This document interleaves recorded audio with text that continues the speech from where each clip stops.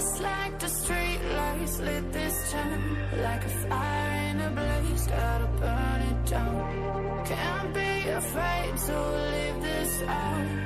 We got this far, don't know how.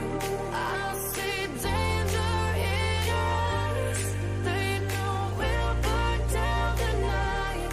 Coming just like the sunrise. You know that we gonna let it out. Tonight, we gonna let it out. Tonight, we gonna let it out. Just like the sunrise, we gonna let it out.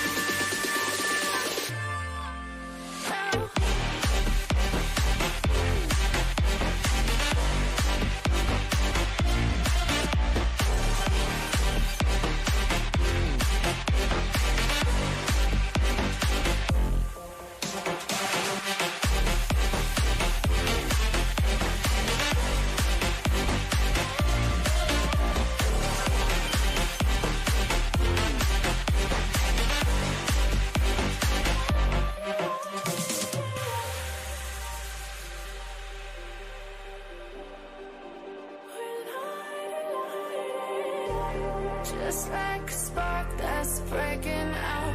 Can't make a stop, can't turn back now. We know that there's no room for doubt. No, we can't turn back now. I see danger in your eyes. They know we'll burn down the night. Coming just like the sunrise. You know that we gonna let it out. Tonight, we gonna let it out.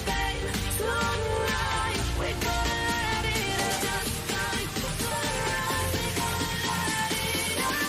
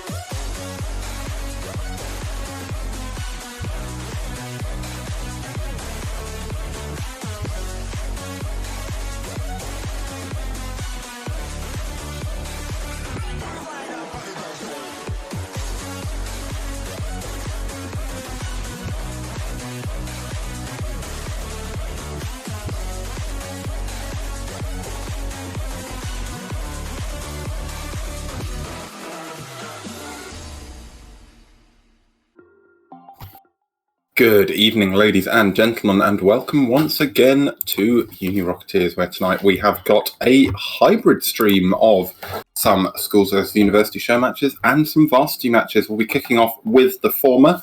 I am Atch. I have been joined by my lovely panel, Zapper, RW Dragon, and Sigmoid. First up, guys, Ferrers versus Birmingham Beavers. Now, Zapper, I've called you a high school expert before. Whether that title still applies after some of your predictions last week is debatable, but I'll come to you first. Ferrers, they looked good when we last saw them on stream in these kinds of situations, but that was quite a while ago now. Has anything changed? I wouldn't say so. I would imagine that the Ferrers, as always, they're a tight group of lads and are probably playing, potentially scrimming, just having fun with each other all throughout Rocket League. So I feel like there's a fair chance they were looking to continue their impressive performances on stream. It's just a matter of able to do so against their rather formidable opponent they'll have coming up. Well, yes, RW is quite the opponent, is it not, tonight? The Birmingham Beavers are capable of, I think they won't mind me saying this, annoying even the most seasoned of NSE teams, so the high school are going to have their heads screwed on tonight. I mean, the Birmingham Beavers are an interesting team. In fact, Birmingham University has an interesting pair of teams, this team being one of them. I mean, one of them gets into Europe, the other was challenging to get into Europe, and they were even knocked out of contention by their sister team. So this is one of the teams, like you said, who can be annoying to one of the top teams of University Rocket League, but have just been inches away from success of truly showing that they are one of the top sides in the UK. I mean, they've been in National League a few times, so I think this would be a good match for Ferrers tonight. If it's just a scrim or if they have fun, I think they'll enjoy it coming up against a UK university side. Yeah, indeed they will. Yeah, Sigmoid, of course, we've got inside sources on this Beavers side, and we've heard from them that because it's Madge's last term, they're going to be making a proper go of this season. This perhaps is our first chance to see how seriously they're taking it. Indeed, Madge is probably one of the more seasoned players. I think was in contention for A-Team at some point earlier in the year, but declined it just so we could carry on playing with this formidable trio of Handa Panda, Jota, and Madge 10. Jota also coming in, just a mechanical beast with absolutely no rotational skills. I'm sure she won't mind me saying that. It doesn't matter whether she minds you saying it, it's still true. Yeah. And I guess it's just down to can she hold the team together? How often can she avoid the temptation to cut rotation to go for a fancy play? And I suppose it's going to be mirrored on the opposite side with the Ferrers. Yeah, I think it may well be. Zappa, we look at these guys, I think both have issues perhaps on defense that they're causing themselves more often than not.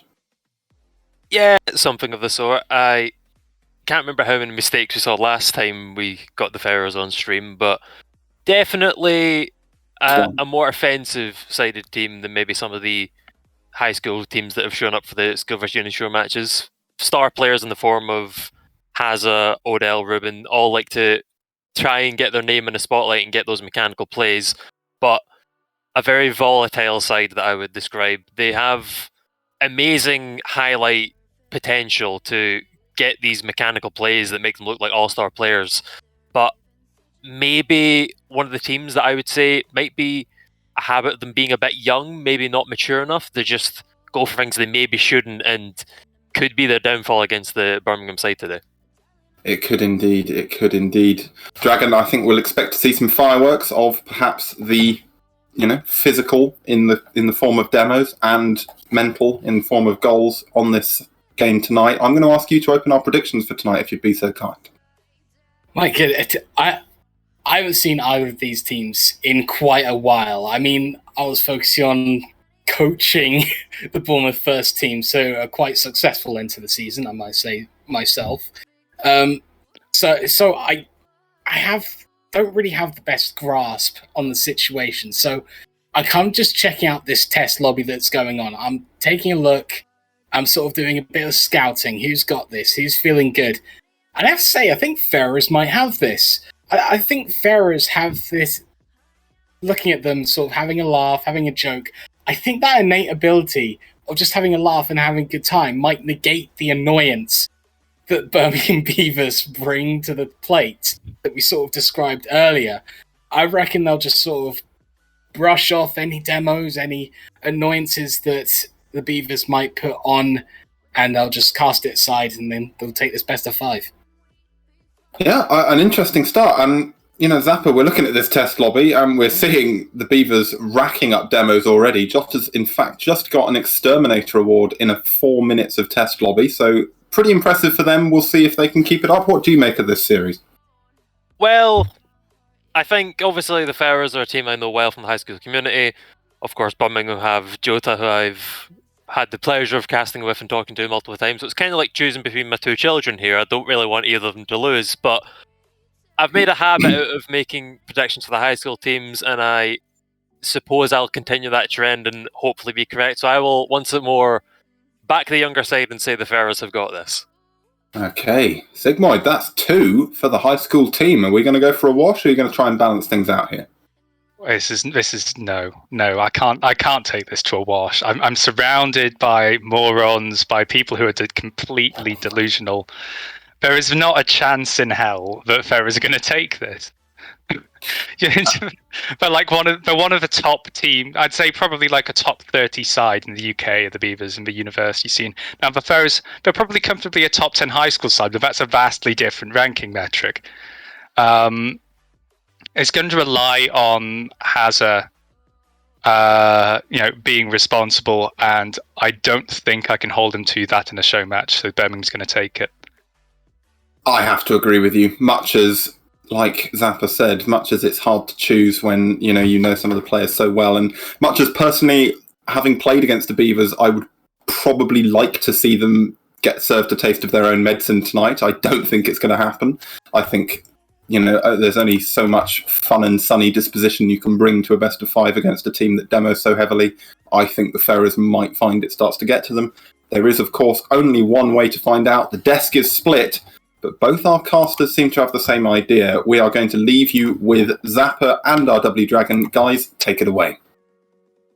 Well, thank you very much. This could be a very exciting series. 2 very balanced teams, possibly. I mean, like I said, I haven't seen these guys in a while, and I feel like the last time I saw the Beavers, they were playing with a certain Triss as their third instead. So I haven't seen Handa Panda at all.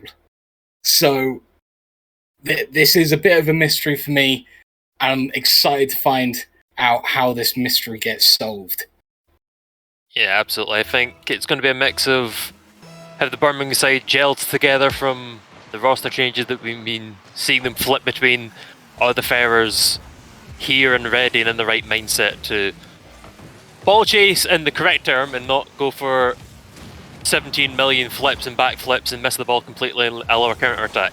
We'll have to see. Anyway, opening demo for both teams in the midfield. A little bit of... We heard on the desk, there's going to be some demos, so a very aggressive game and some very fast action I'm hopefully looking for as Maj can't get around Hazza, who now has it on the side wall. Has Ruben in the midfield, will pass it, gets it by Handa Panda, and it's above Jota! And it's a very early opening for the Pharaohs, which, granted, it was a great pass from Hazza, but I wasn't quite expecting Dragon. So much time on their hands, though. I mean, a direct shot could have done just fine there. The person coming in at back post was very late to that. But passing it inside made sure Handa Panda was caught off guard. Good start from Pharaohs as one almost finds its way in off the back. It was shot at quite a weird angle from Handa Panda. Yeah, very tight angle, but only able to find the woodwork as counter-attack comes through, but now it's Jota slamming it forward, but hit off the corner from the defender for Pharaohs. Comes back in the midfield. Maj up, pops it mid, but Ruben is jumping off the side, but only as far as Handa Panda. Gets the bump though, so Oddle can slap it forward. Jota pops it mid. Maj, Handa both jumping up for it and hopefully not causing too much defensive errors for the side of Birmingham, but here come the Pharaohs. It's Hazza, big 50 against the keeper. Ball off the ceiling, comes back down and the keeper missed it, but it's above the net so far. Jota gets a touch and 50s it with Ruben into the sidewall, but Hazza keeps the pressure alive. Ruben too far away to anger any of the keepers. Audle went for boost, but fortunately wasn't being paid attention to by the Birmingham side, just pops a hit off the backboard and a little bit of a stalemate. Game slowed down. Maj taking it back into his own half. Can he get the boost and get around Haza? Not quite, but Audle can't score either, but Maj pops it forward, and it seems that from the goal... Oh, well, what? Wait, I'll cut myself off. I was going to say, from the goal, it was a very counter-attack, 50-50 kind of play, but Maj just dunking on Ruben and slamming it with a ground pinch past the final defender. And a rather interesting goal, but one that ties the score nonetheless for Birmingham. Quite out of nowhere, quite gets the run of play there, but very well done by Maj. Keeping control of the ball there, getting into a deadly position, scoring it. But Ferris, I still feel like they've had a higher quantity of deadly chances coming forward. They've had a little bit more possession as well as they hold it in the centre of the pitch here. 2 minutes 50 to go. We have a tied game. Yeah, maybe won't be tied for so long as Maj and good lord, these names. Handa and Jota trying to engage in a bit of a rule one in the middle of the field. That would not leave Maj in the best of situations, I believe. I'm sure he's a fantastic player. Don't know if he's good enough for a 1v3 with the Ferrers. Although popping to the sidewall, Handa can't get the hit. He's out of boost. Ball goes against the wall from Jota, but Maj can't find the angle. Ruben pops it forward, but Maj is lingering in the corner. Beautiful redirect. And from what was potential and unnecessary clear from Ruben, could have controlled it, played it deep, just hits at midfield, and it's a well-worked passing play for Birmingham, but potentially came from an error from the Ferrers defence. Yeah, big error. I think going for a hit there in that position, it's not the worst decision. I mean, it gives your teammates time to pick up boost, get back in under control. As his teammate, it seemed like both of them were stuck in the net at the time, but you really can't miss hit it when your opponents are in that position. And it's cost them dearly. They've been looking so brightly at the start of this series, start of this game, and at the moment 2-1 down. If you saw the beginning of this game, this first game of this series, you would have not thought that Birmingham would be in this position, almost getting a third there. 1 minute 35 to go. Yeah, very close there for Birmingham, but Ferrers running away by a thread. Good reactions from Haza to capitalise on his keeper and maybe not getting the slight save he was looking for. Now it's bouncing off the backboard. I hear an engine. It's Maj coming in, but gets hit out by the Ferrers defender. Ruben plays it off the corner. Jota hits it off the corner. Played to mid by Ruben. Haza not in the goodest angle and can only play to the sidewall, but Jota's waiting there. She's on the ball. It's off the backboard. Maj goes up and it's slightly wide. Finish. Against Handa. It's on the post! And it's still very dangerous for Ferrers, but they've escaped with their lives, and that attack from Birmingham just not ending the way they wanted it, with Haza able to take it off the corner, gets it forward, but only as far as Handa, and oh, how did Birmingham come away with that there? How do they not plant one in the back of the net? They ground Ferrers down right until no one was left, and Odell almost in that 50-50 through, but Birmingham being held to hold on to this, but they will be kicking themselves. They didn't make their lead a little bit more comfortable. Haza picking up the corner boost, taking one more advantage away from the Birmingham side, but Handa's charging forward, plenty of boost, pops it early into the top left, but Haza's there to reply. Once more on the backboard, gets another hit. Jota heading off the backboard. Ruben plays it deep. Haza not enough boost in position to potentially get onto it. With time running out and one goal towards Birmingham, Ferrers need to find something here as the ball's getting carried by Ruben. Big hit coming out. Jota plays it forward and potentially a shot from Handa, but gets hit away by Haza. Ball off the corner. And Birmingham take game number one in a very interesting set of goals, shall we say. Certainly very well taken by Birmingham when they did get the opportunity. The mistakes that Ferrers made, definitely costly. They left it open for Birmingham, and that's sometimes all you need. Sometimes all that Birmingham needed was just making the most of the mistakes that were put in front of them. But Ferrers, you can start to see what they're trying to get done here. They're trying to get the passes. They're trying to work their way upfield. But it's just the mistakes at the wrong times that are costing them dearly. Yeah, absolutely. It's a great example of Ferrers as a fair few.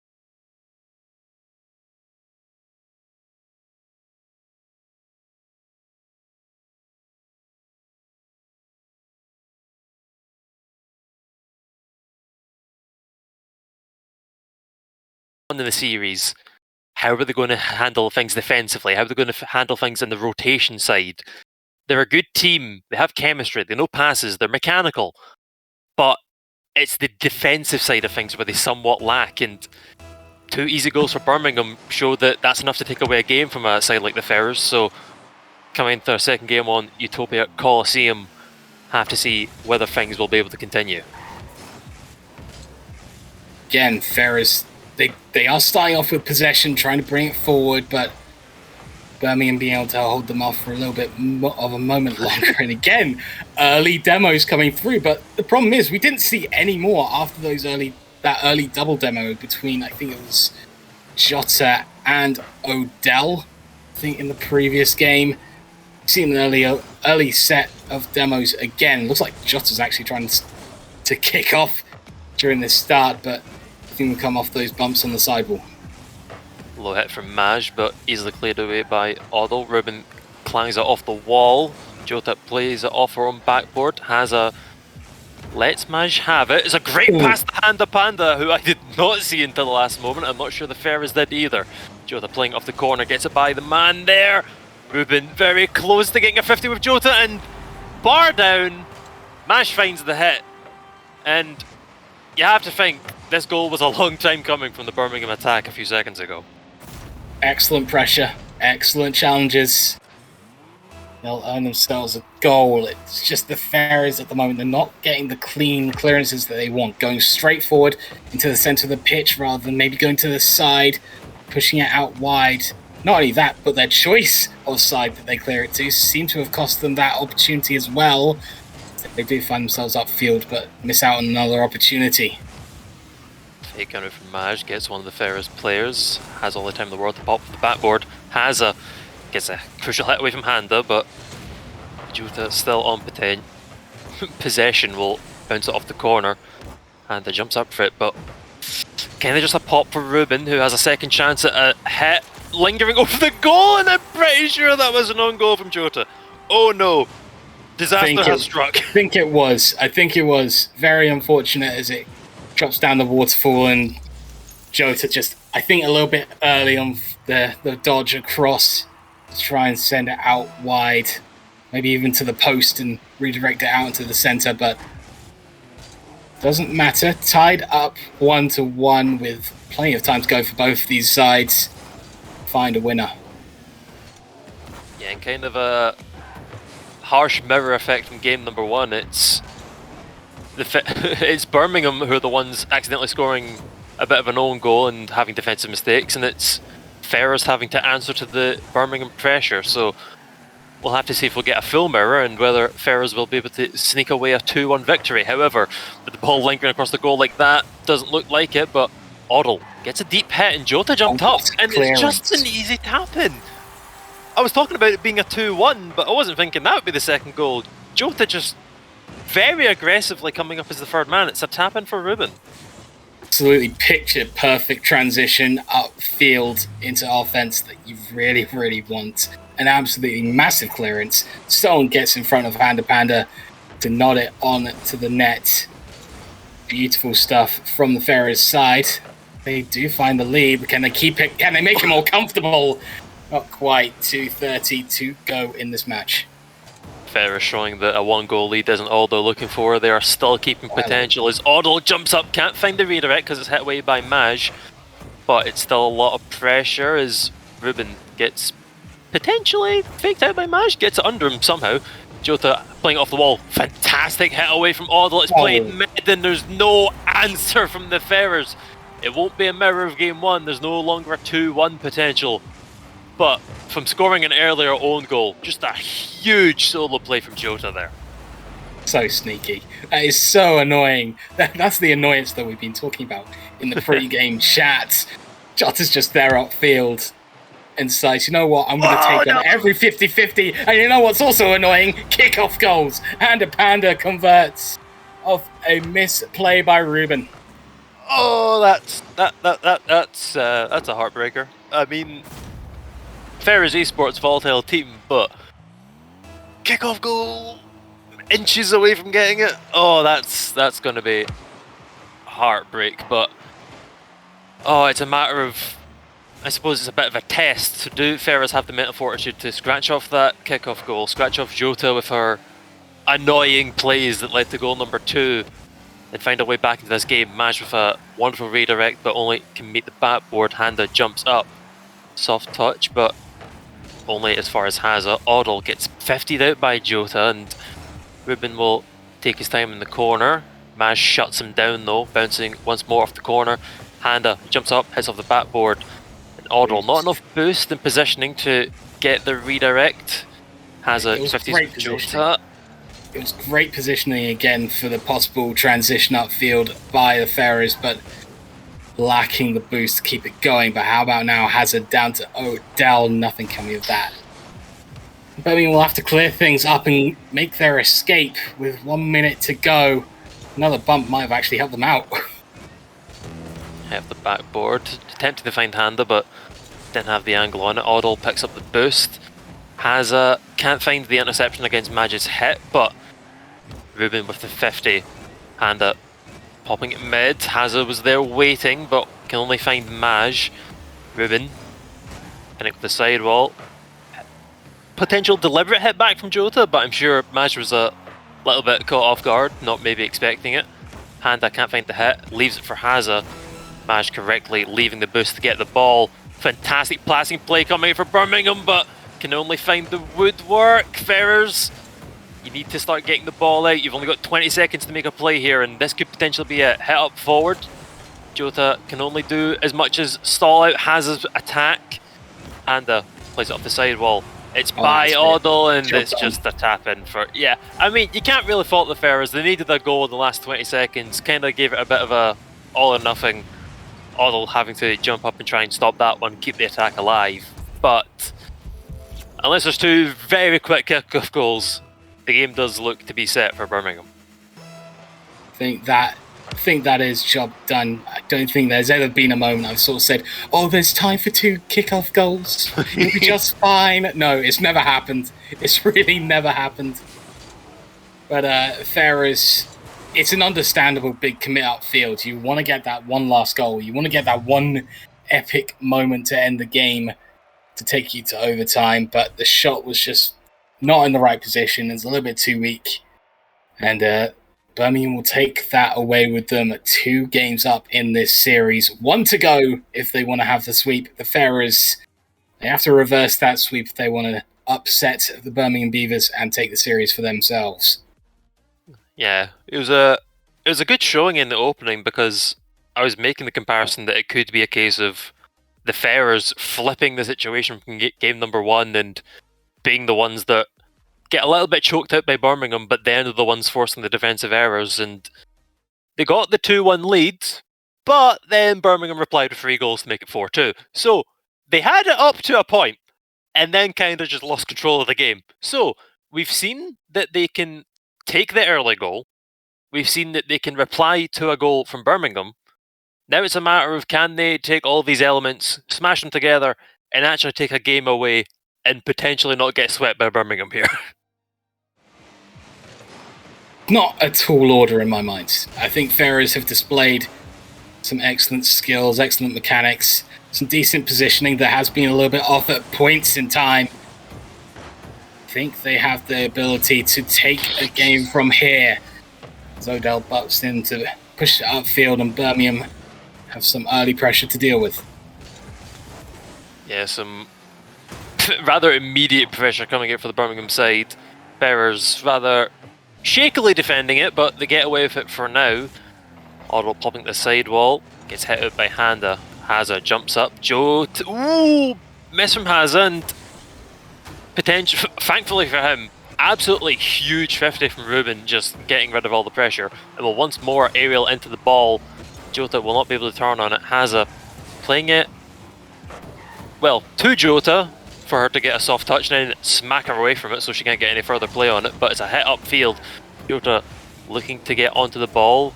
Maybe potentially going for a bump there on Oddle, can't find it. And Maj taking control of the ball, gets it by Haza, pops it deep. Ruben plays it softly into the corner, buying some time. Maj can't find the other one. Oddle jumping off the corner, heading it forward.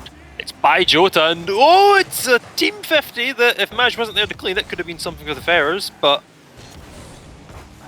I think both these teams are well warmed up enough for now not to let any, well, knock on wood, Castle's curse, any simple goals come to fruition on this Neo Tokyo night. However, anything is possible in Rocket League, I suppose. I think surprisingly that actually helped them out. I think the clearance the Handa Panda had would have pushed it out right into the path of another Ferrers player, whereas Jota coming in, getting in the way, she actually might have saved them by giving them a little bit more time for Maj to come up and clear things up. But Handa Panda pushing up a little bit too early, it falls into the net.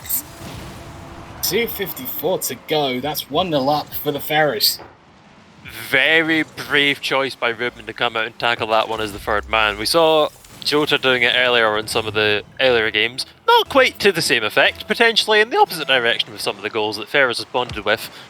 But the big choice from Ruben, coming out, tackling the play, and it slides through the bottom left post, and Ferrers take the early lead, which they did the same thing in game number 1, but quickly fell through as Birmingham found their feet once more and decided, hey, maybe let's not lose this game, let's take it to the Ferrers. And here they have some pressure. Jota just pops it down, and again, it's immediate replies from Birmingham. Ferrers get the lead. They think they have it all in the bag, and potentially a fortunate 50 pseudo pinch against the wall from Handa. But I'm sure Jota doesn't mind as they reply with a goal to tie up the series once more. Just seems like Ferrers are playing on the best case version of every single 50-50 that happens, rather than considering every single outcome that could possibly come off. It's always good just sort of try and wait a moment, wait a second as they double commit upfield. It's not a good moment for Ferrers going forward, but yeah, it seems to be their issue that they're playing off the best case of what a 50-50 can do, rather than waiting and thinking, alright, where's the best position I can wait to sort of cover as many options from this 50-50 as possible. And it just seems like their defense really hasn't quite delivered as much as it could. Yeah, great touch there from Maj. 2 of them rather, to keep things alive for Birmingham. Jota can only 50 it with Haza off of the post, and Jota getting a good touch on the ball as Maj was fighting one of the Ferrers players. Could potentially cause some havoc for the Ferrers. Handa, great flick. Great use of the Batmobile hitbox as well, that I don't think Octane could have got that same power, but didn't really lead to much. The hit off the backboard just allows Ferrers to get a dribble going. Does Ruben, can't get the... I'm lacking in my Rocket League terms, Dragon. Is that a breezy, or is it a something, or I don't know. I couldn't tell you. Maybe a tornado. Tornado, breezy, something. I'm sure chat is screaming at us because we're bad Rocket League casters or something. Anyway, moving on. Maj, heading it forward. Classic chat. Always here in our worst moments, not our happiest. Maj can't find the hit off the backboard, but again, it's just lingering over the Ferrers box, and thankfully get away with it without a goal being conceded. Jota plays to the corner, beats out Ruben, has the boost to create a play here, just pops it forward, goes for a 50, but Oddle will hit it sideways away from any potential huge dunk that the Birmingham centre forward was looking for, as ball gets smacked up, but it's only as far as Jota has a great backflip save. Potentially had too much momentum there in the near post shot, almost catching him off guard, but Ferrers holding on for now, has a once more off the backboard. Can he find a double? He can. Just about. Only as far as Handa though. Oddle heading it into the corner, meets Handa Panda. Jota coming in, hits it once more into the corner. Hazard jumps up, plays it deep. Both Birmingham players jump up. This could be something for the Ferrers. Don't let it touch the ground. It's hit forward. Hazard's there, but great stuff from Handa Panda. And for the first time this series, we have overtime. It's a difficult choice there, not to double commit Ferris to push upfield and try and find the goal that will close it out at 0 seconds, but feel like it's a smart decision. All right, just let it drop. Let's play overtime. But it's been a constant problem with Ferris. Their defense is just not being quite right, whether it's the positioning, the clearances. There's always been something just a little bit wrong that makes you doubt their abilities for a moment. They're doing enough right now to keep out Birmingham, but Panda Panda does have possession moving forward. They find a way to get it clear, but they really need to be careful of their defense from Ferris. Maj hitting it mid. Panda once again shut down by Ruben, coming out of the defense to kill any sort of pressure that Birmingham had. Ball off the wall from Haza, hits it, but I believe Ruben can't quite find the bumps onto Jota to dissuade her from defending that shot. Maj hits it forward. Ooh, I think wasn't reading the ball bounce that correctly. Now Jota needs the backflip to get into a better position. Does so, almost getting caught out by Audle, but Ruben takes it off his own corner. Handa plays it forward. Big hit coming through from Haza. Ruben jumps up, but I believe Maj had that all day. Doesn't get the double, but now Birmingham has a chance to play it forward. Jota's hit the post, or the crossbar rather. However, what matters is that it's not a goal for Birmingham. The Ferrers are not out of the series yet. I say that, and there's the goal. God damn it, I've just cast across them out the bloody series. I feel terrible. However, great pressure there from Birmingham. Jota couldn't find the earlier goal to send out the Ferrers side from the show match, but found one just a few seconds later. In what was a rather Birmingham handled series, but a great job from the Ferrers. Just a few key mistakes in defence that led to goals, but showed that they have the offensive pressure to at least take some goals and a bit of a scare towards Birmingham. Has put Birmingham's hearts in their mouths, but I think there was just so many little things that I pointed out in my mind and sort of picked out the moments. Like that last goal, I think it was Ruben just pushed out alongside one of his teammates into the corner. He could have waited in there just a moment longer. You don't want to have two people in the same sort of space. As soon as that happens, you have to make that rotation. You have to make that reposition towards the back post. And it's just moments like those where extra movements, extra little bits of boost mean their efficiency goes down and the Ferrers' defense kind of ends up suffering, and it has done this series. Birmingham take it in 3 games in a sweep after Ferrers putting on pretty good show, but not quite enough. Yeah, commiserations to Ferrers, put on a good performance, but just the solid team play of a very good uni team backhanding them out of this tournament. I'd rather get away from us, you're nothing fashion, but again, just few key issues, and I'm pretty sure Ferrers can be a phenomenal side in the future, so we'll have to see if they can work on those for the next season of the BEC. However, we're going to forward to a quick break and get our next Schools vs Uni show match underway in just a moment. See you in a bit. Like a captive, I want you. Used to play in my mind like standing on rainbows, playing it cool. I haven't felt this in ages, and I know no patience. So won't you please stay a bit longer? You're making me stronger, making me stronger. Stay a bit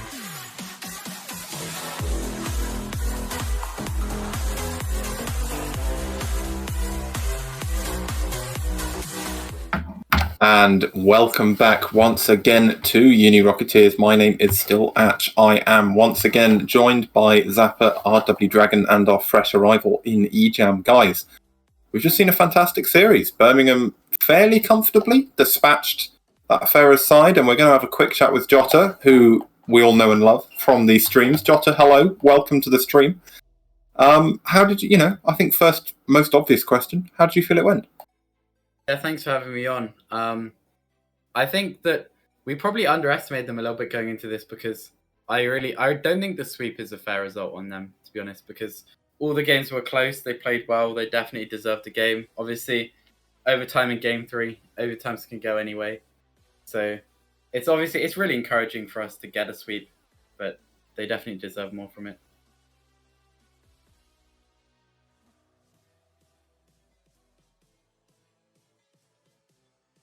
Oh, that's the point where you're wanting me to lead on with the second question instead of asking, That hey, Zappa, is what's what your we question? discussed on the break.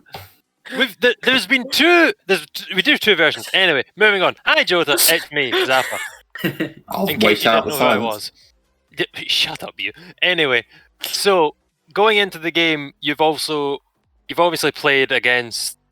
Well, not you've played against, but you've seen the Ferrers a lot. So coming into the game, was there any personal grudges that led to a few heated moments in comms? Did you understand the play style they were going for? How did maybe knowing the team in advance change anything that you played in? Or did you just play how you always do? Yeah, well, I think that it's one of those things that you always just have to stick to your game and do what you do best, and not try and let the other team disrupt you too much.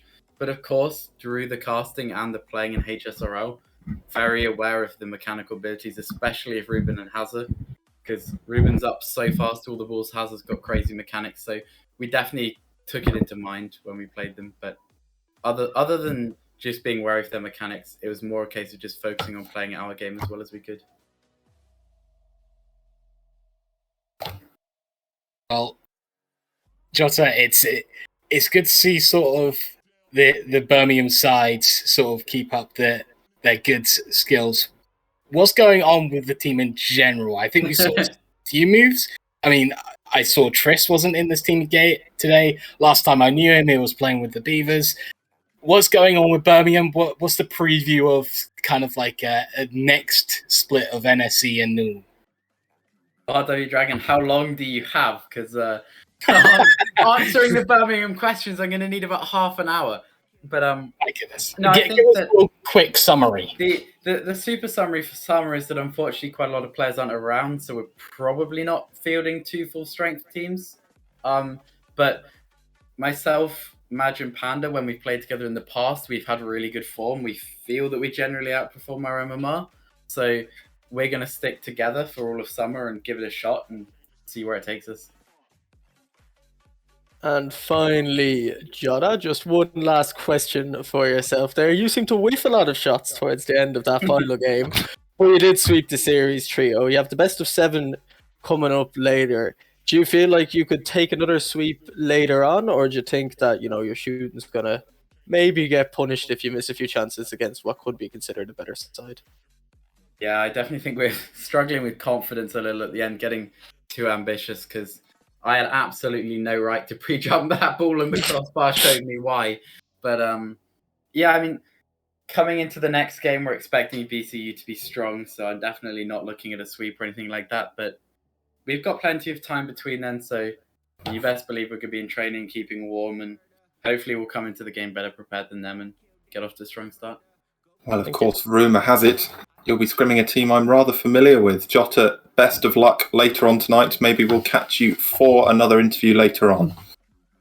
Thank you, Yach. Right then, one down. This is, in fact, one of 2 for the schools versus uni show matches. We're only going to do one more of those today. Our second match tonight, Farnborough Condors against Reading, or Reading, if you're going to go for their full team name of Reading Your Plays. Do you know what, Zappa? I'm going to come to you first. Do you think they are going to be doing much reading, or do you think Farnborough are going to really sort of make their mark on this series?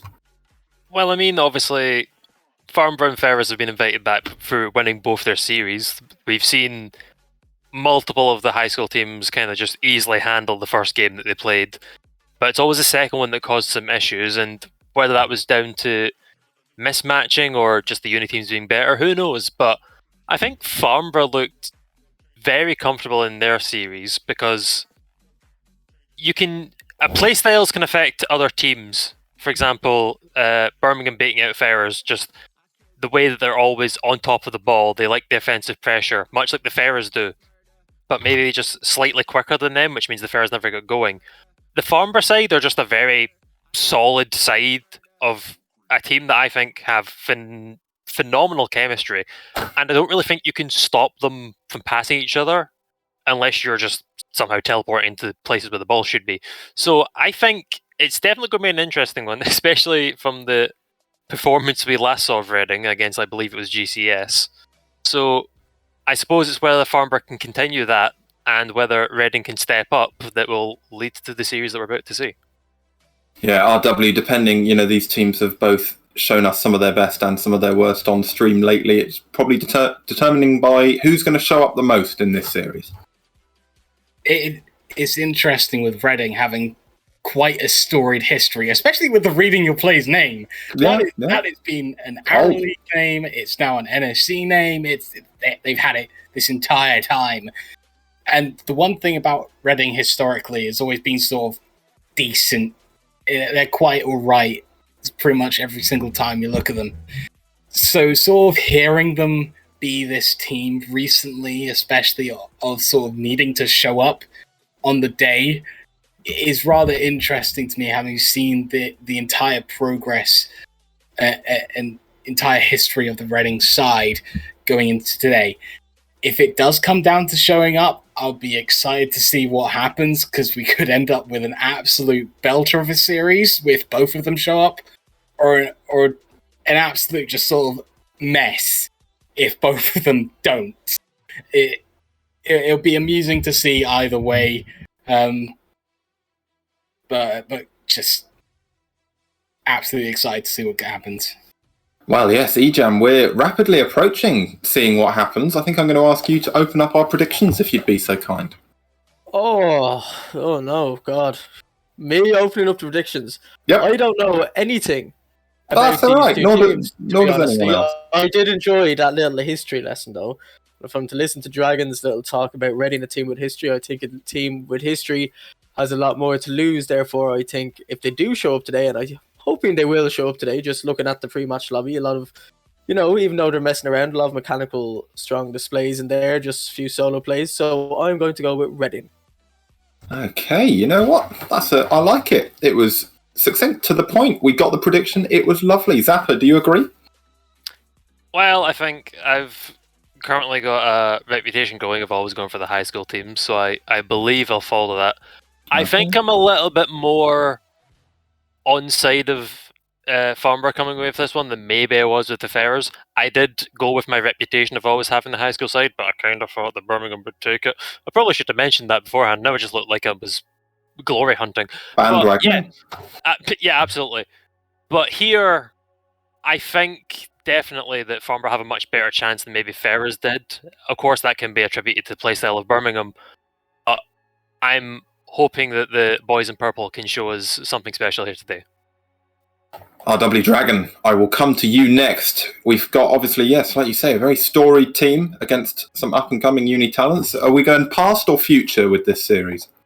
Well, if I go through the ancient tomes of University Rocket League, we find a legendary player by the name of Cenarius, who came from Reading University. And you know what? Who's that? By the ancient tomes, I'm going for Reading. Go on, Sin's old uni. Let's go. Although perhaps not entirely for the same reasons, I'm tempted to agree. I think this series will be a bit closer. I think, Jota, very sportsmanlike in her saying that the last series should have been a bit closer, but I think she was probably right. It was perhaps a little bit unfair on paper to end up with a 3-0 score. I'd be surprised to see it again, but I would have to say that Reading have the edge in my mind. There is, as ever, only one way to find out. Ejam is going to be down casting this series. Take it away. Thank you very much, and I believe it is Sig that's with me for this one. What? No, I wouldn't act so quickly. You can't get rid of me. Take it away and take me with you. Take you with you, right? I got it mixed up. I'm reading the schedule wrong. No, sorry about that, buddy. Hello. Again, we find ourselves here on a nice, lovely Tuesday evening. You seem to know, I didn't know that Sin was from Reading, so I'm quite happy that I picked Reading, because otherwise that would have been re-sacked and my job would have been well gone after this if I went against his university. No. But, when a name like Sin comes out now, you always want to be impressing the man, There's a lot of history in that college, especially if Sin comes out of it. We look at the whole esports university scene in general, and I think something we can all agree on is even after you leave your school or your university, you always look back every now and again just to check how they're doing. And when you look at the people that were, ahead of you, you look at your college history while you were there, there's always people you want to impress. There's always unsung heroes that you shared those corridors with just at two different time periods. So it'll be interesting to see now whether any, there's some big Rocket League prodigies coming out of the university, or whether or not the young ones are going to show them up completely today. But we both went with Reading for this one. When I agreed with you last week, my predictions went absolutely awful. Yeah. So we'll see how that trend goes today, but it is going to be exciting to see just how this game one goes, because if it's anything from last week, we have seen some crazy games. Indeed we have. So let's see some more, shall we? Game one about to get underway here. We will see the Reading boys in red and the high school challengers in purple. Kickoff relatively neutral for these guys. Looks like Dash has gotten beaten out there. Booth struggling off his own backboard already here at Reading. And Benno looking to get something downfield. He manages. Noruzu chasing it down, and again, lack of pressure from Reading, coming out a little bit cold perhaps into this opening second. Exactly, and with what the chaotic game ones that tend to be, you don't want to be letting the other team put pressure on you straight away, because the other team will be fairly nervous too in these game one situations. We often see game ones either be completely one-sided or just full of goals because of defensive errors rather than individual outplays. So it'll be interesting to see which team can settle down quicker, which team can get into that, winning position, because best of fives, they're so quick. We saw it last series, a 3-0, just like that. They're over so fast compared to the best of sevens. So you want to be warming up quickly. You want to be taking bumps like that quickly. You want to be taking those risks, and with just over a minute in the game played so far, it's nice to see those bumping plays coming out already, trying something different to try to get that edge early on in this series. Yeah, Reading have been reading the Birmingham playbook. It looks like it's working out for them, because this high school side on the ropes in defence at the minute. Farnborough trying to get the ball clear, not doing very well at the minute. That's going to be good from Noruzu. He'll get it far enough. Booth just reads that perfectly so that it bounces high off the wall from his touch. JW clears it long, but again, no sustained pressure. Booth's going to help them out a bit, though. That's not a great touch, but it's actually worked out okay for Dasher. Benno drops it into his right-hand corner. That's a great touch. Noruzu, again, being a defensive rock here for Farnborough. Yeah, almost a opportunity Noruzu there to do it all himself. Doesn't quite get there in the end, but just before that, Benno with a lovely clear into the back corner to find a teammate. They look solid in defence, this high school side. As the college team, they're struggling to break them down, they're struggling to open them up, and this will sort of suit the high school team, I feel, because I feel the college team, they would have played against a lot tougher opposition. They might have the experience advantage, as I say that. They get the goal, and the casters curse already in game one. Yeah, it was sort of more of a question of when rather than if, the way Reading have been playing in these opening 2 and a bit minutes. Dosnuts is the lucky recipient at the end, but they had been wearing down that Farnborough side for most of this opener to game 1 and the series. So whiff there, though, could let Farnborough onto the offence. That's a bump. Taking plays from Birmingham left, right and centre here. Benno, last man back, and he's in all sorts of trouble, but he manages to get it away. JW needs to get a good touch. He has done. Booth chasing him in. Actually gets another very good touch. JW stems the pressure for now, but a key bump means that Reading stay on offence.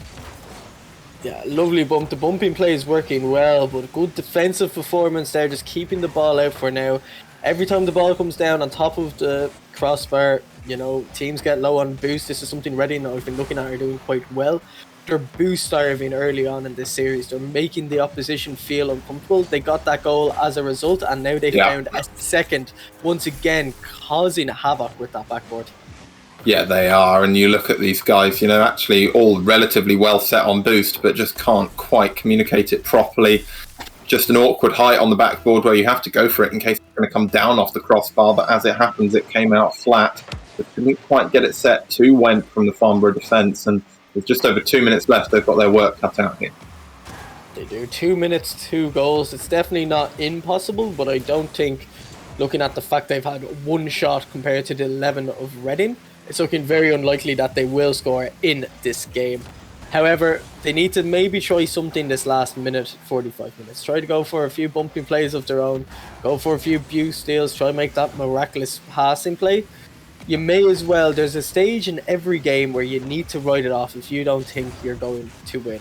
And in a game 1 of a series, when you're just warming up, it's the perfect opportunity to try something new. Because next game is a must win should they lose this. Otherwise, they're on series point and have to win 3 in a row. However, if they try something now, maybe try find a system that can work, whether it's different rotations, whether it's bumping, maybe it's just, being a bit more solid defensively with backboard reads. They need to be communicating what can we do next game, because again, right now, it just looks like Reading are going to score 1 more even before this game is over. Yeah, I can't agree more. Even something like getting 1 crucial play, 1 big event for the team can really help set you up going into subsequent games in the series. If this game does end up being out of Farnborough's reach, which I think it might, as 2 of them are committed in the back corner, Reading will attack again. Dash has been bumped off the ball. A team pinch that had my heart racing, if not anyone. There's Noruzu down into the bottom corner he goes, but Booth will bring this clear. JW gets there again. Second man actually has come up here for Farnborough. This could be a chance. Great 50 save from Benno's shot there. I think it was Dosnuts who did the defensive work, and as the final 30 seconds are ebbing away, it looks like game one could well end up in the favour of the Uni team here. I think it's just going to be a case of the clock running down these last 15 seconds. They're slowing it down at the moment. They don't need to take any unnecessary risks with 10 seconds left. Very clear up the pitch here, but no, the high school team, maybe one last attack, but with the ball that high up in the air, this game is all but over, and it's first blood to the Uni team in this game one. Yeah, and they definitely look the better side. I don't really feel you could... Sometimes you see a game one and you think, it's a little unlucky the way these things have happened or something like that. I think Reading were deserving winners there. They had almost all of the offensive pressure. You look at that there, Condors just putting up 4 shots while Reading managed 11. I think 4 shots is perhaps even a bit generous for the Condors in that game one. They looked a little bit shell-shocked coming out, and just once Reading managed to get set up in that half with the midfield boosts, they sort of wore them down on 2 separate occasions to get their 2 goals over a fairly long period of time. Sustained defensive pressure, very good from the Uni side.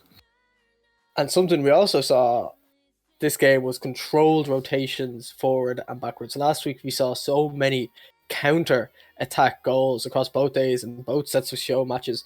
Teams just firing 3 players forward, 3 players back, never being able to have a counter-attack of their own while constantly being counter-attacked. So it's nice to see both teams having those good basic rotations in place, but of course the Condors, they need to be creative in their offense. 4 shots versus 11. Now I did say at one stage it was 11 shots to 1, so they did sort of keep out the shots of Reading for a while, but Reading was constantly pounding on that backboard, making them feel uncomfortable. Maybe they should consider sending a player up there to defend the crossbar and stop those double taps coming in, because it cost them 2 goals in that game one. Yeah, it was sort of defensive mishaps, caused really, I think, more by boost starvation. They look solid on defense to begin with, but when the problems start coming in, when they stop having access to their back boosts, it's where the issues start. JW needs to get a touch. In fact, no, he doesn't, and he'll get bumped out of the way. That could have been a brilliant start for Farnborough. Dosnuts looking for a double tap. He won't get it, but it's still dangerous. Benno clears it long downfield. JW's going to chase this. Needs a touch. He'll get one. The Reading players waiting, and JW says, yes, please. 1-0 to the Condors. Yeah, just a nice little fake at first, but then just turned into a nice flick. It actually worked out extremely well. Confused me, so it definitely confused the defender. And when you're in that moment where you're one-on-one, the last person back, it's hard to tell what the attacker is going to do when they have so much time. Benno went out on the mind games, and the perfect start for the high school team.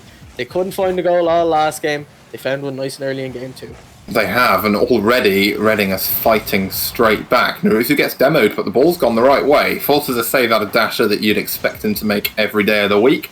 JW putting on some more pressure here. Naruzu in the corner beats JW more than anyone, but Benno's there for the shot. The bump was brilliant, but Dosnuts had come flying across for the save. You've got to say, though, first minute of this game is definitely the best Rocket League we've seen from the Condors so far. Yeah, and it's the exact response. So many times you see some teams just crumble under the pressure and not find their footing until the end of game 2 where it's all too late. But the perfect start, it looks like, they're potentially going to score again. Reading, they have attacking opportunities like this.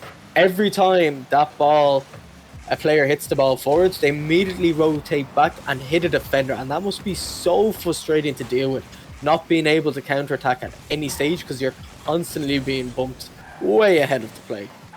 Yeah, it is. And, Reading, again, boost management working really well for them. Boost management not going quite so well for the Condors at the minute, both of whom on that back line had next to nothing. Benno's managed to sneak in, but he's stuck in alongside his teammate. That's going to cause some problems. He's going to be there, but Dosnuts gets to clear away to the side. Naruzu, time and space on the left-hand wall, goes for something fancy, but Dasher is always going to be ready. JW looks to pick up the pieces. He'll get a flick, but not one that will beat Dosnuts, and now Benno has to jump for this. He won't get near it, but nor will Booth. Leaves some space for Naruzu in the midfield. Clever goes for the pass to JW, perhaps a little overhit, and Dasher will bring it clear. As the halfway mark approaches, though, Condors still looking to keep up their good start. Yeah, and, they're starting to fire back a few bumps of their own now, fighting fire with fire, as you see Benno onto Yeah, there's one. Opening up a bit of space allows them to get the ball forward like this. Defender spawns on 33 boost. Instinct reaction is probably go for the 100 boost beside you, just because you see it there. That could cause a bit of panic. Yeah. And then all of a sudden, one of your teammates has no boost, and when you go from there, well, that could just be a goal towards the opposition just because of one simple demo that causes a huge train reaction of other events. So we'll see now, going forward in this series, can Reading get that goal back? Can they cause some more havoc on the backboard? Because this high school team, they're looking warmed up, they're looking comfortable, and they're looking like the stronger team, certainly in this game too. They really are, but Reading are so eager to get the boost that you've got to think that offensive pressure, if they get it properly set up, will really pay dividends for them straight away into the back corners, into the midfield for these boosts. So here we go, Dosnuts gets that mid boost, backflips on his approach to the ball, bit of a shame. Dasher forces another easy save out of Naruzu, but Naruzu's work is not done. Booth jumping off the backboard. Great team play. Not sure if it was intentional from the Condors, but we'll give them the benefit of the doubt. Dasher off the backboard again and again.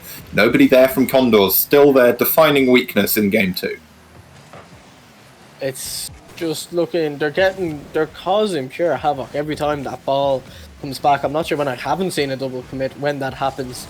Again, just get the ball into the box. It looks dangerous. They need to take advantage of this, and they're running out of time with just over a minute left in this game. I thought that was it, but JW makes a brilliant flying save. He's looking to take it down the pitch as well. Dosnuts gets the touch. Booth looking for a pass maybe? No, he's going to take it to the wall, and then he's going to look to take it to the backboard for a change. There's a Condor nearby. Benno knocks it downfield, nearly into the falling Naruzu, but not quite. JW goes up. He'll get a free touch on this. He's looking for a second. The enthusiasm, brilliant. The execution, not quite there. Naruzu gets faked, but it doesn't matter because JW's there. That's a huge miss from Dosnuts. That should have been the game.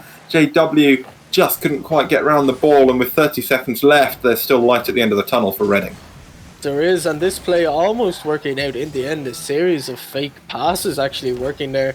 The defender thinking that the ball is going to be passed across, but the striker just leaving it and taking a second touch themselves. Reading, they're staying strong on these mind games, but they haven't been finishing like they have in game 1. And we saw a sweep last series. It's not looking like it's going to be a sweep this series, especially if Benno can capitalise on the open net. Can't find the power with 13 seconds left.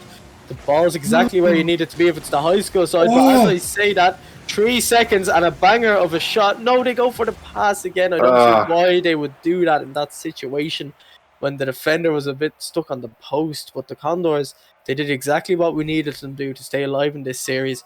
It's 1-1, and Reading only stuck with 6 shots this game compared to the 11 they had last.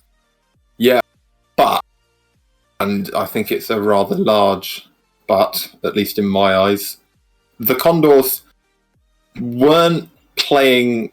They played a lot better, don't get me wrong. That offensive pressure they had early on, brilliant. What worries me is that 2 or 3 times in that final minute, you think, right, surely they've got to be thinking about sitting back on what they have at this point. They didn't need a second goal.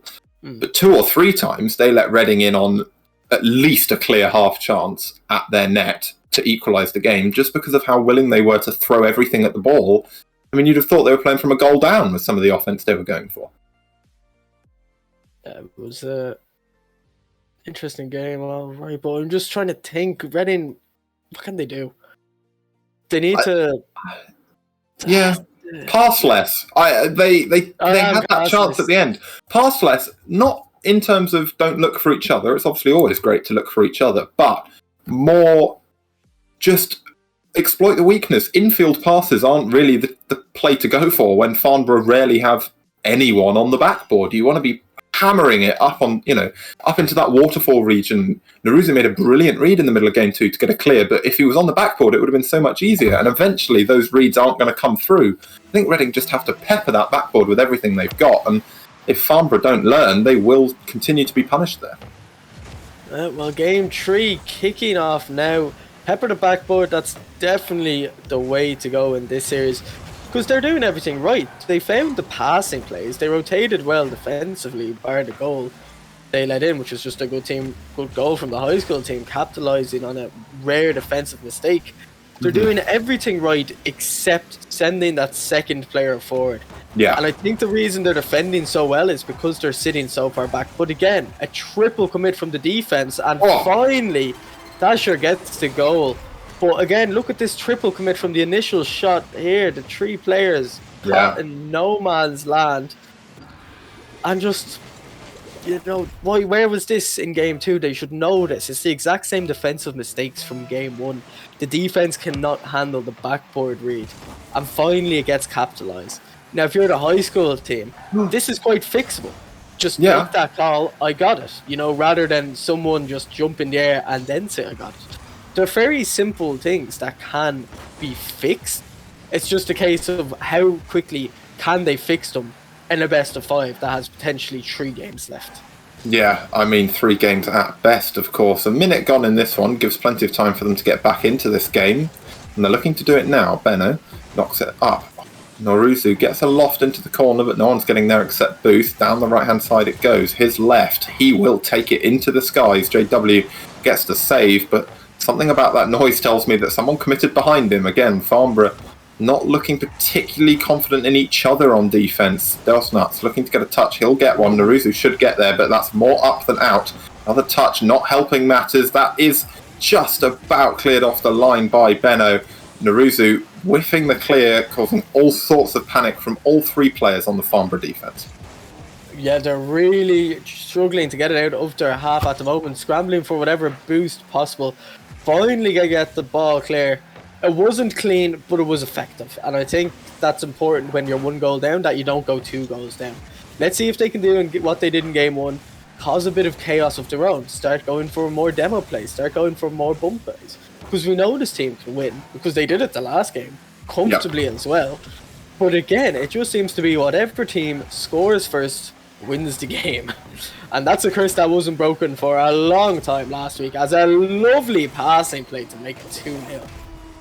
Yeah, and when Reading have these leads, they seem to have a much better balance of knowing what to do and when. That's another huge double commit from the Farnborough boys.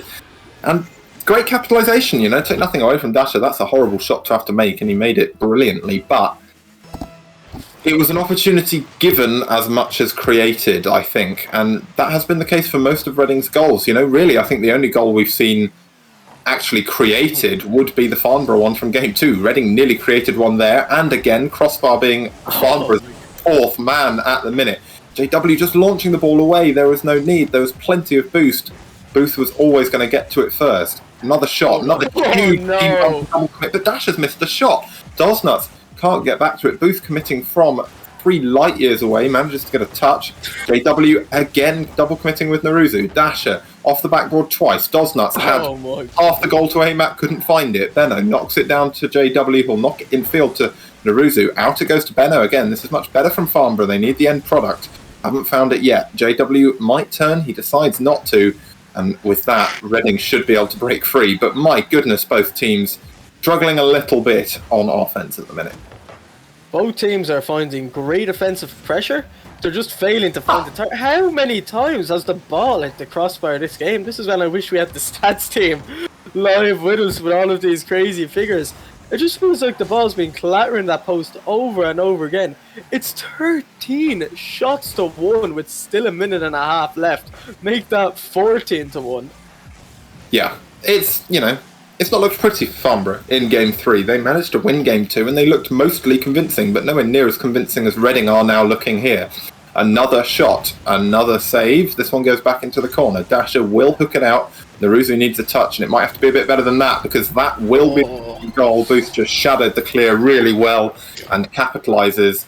They are now 3 to the good here, and Reading looking in commanding control in game number 2. 3. They're not 3. I'm getting behind 3, myself.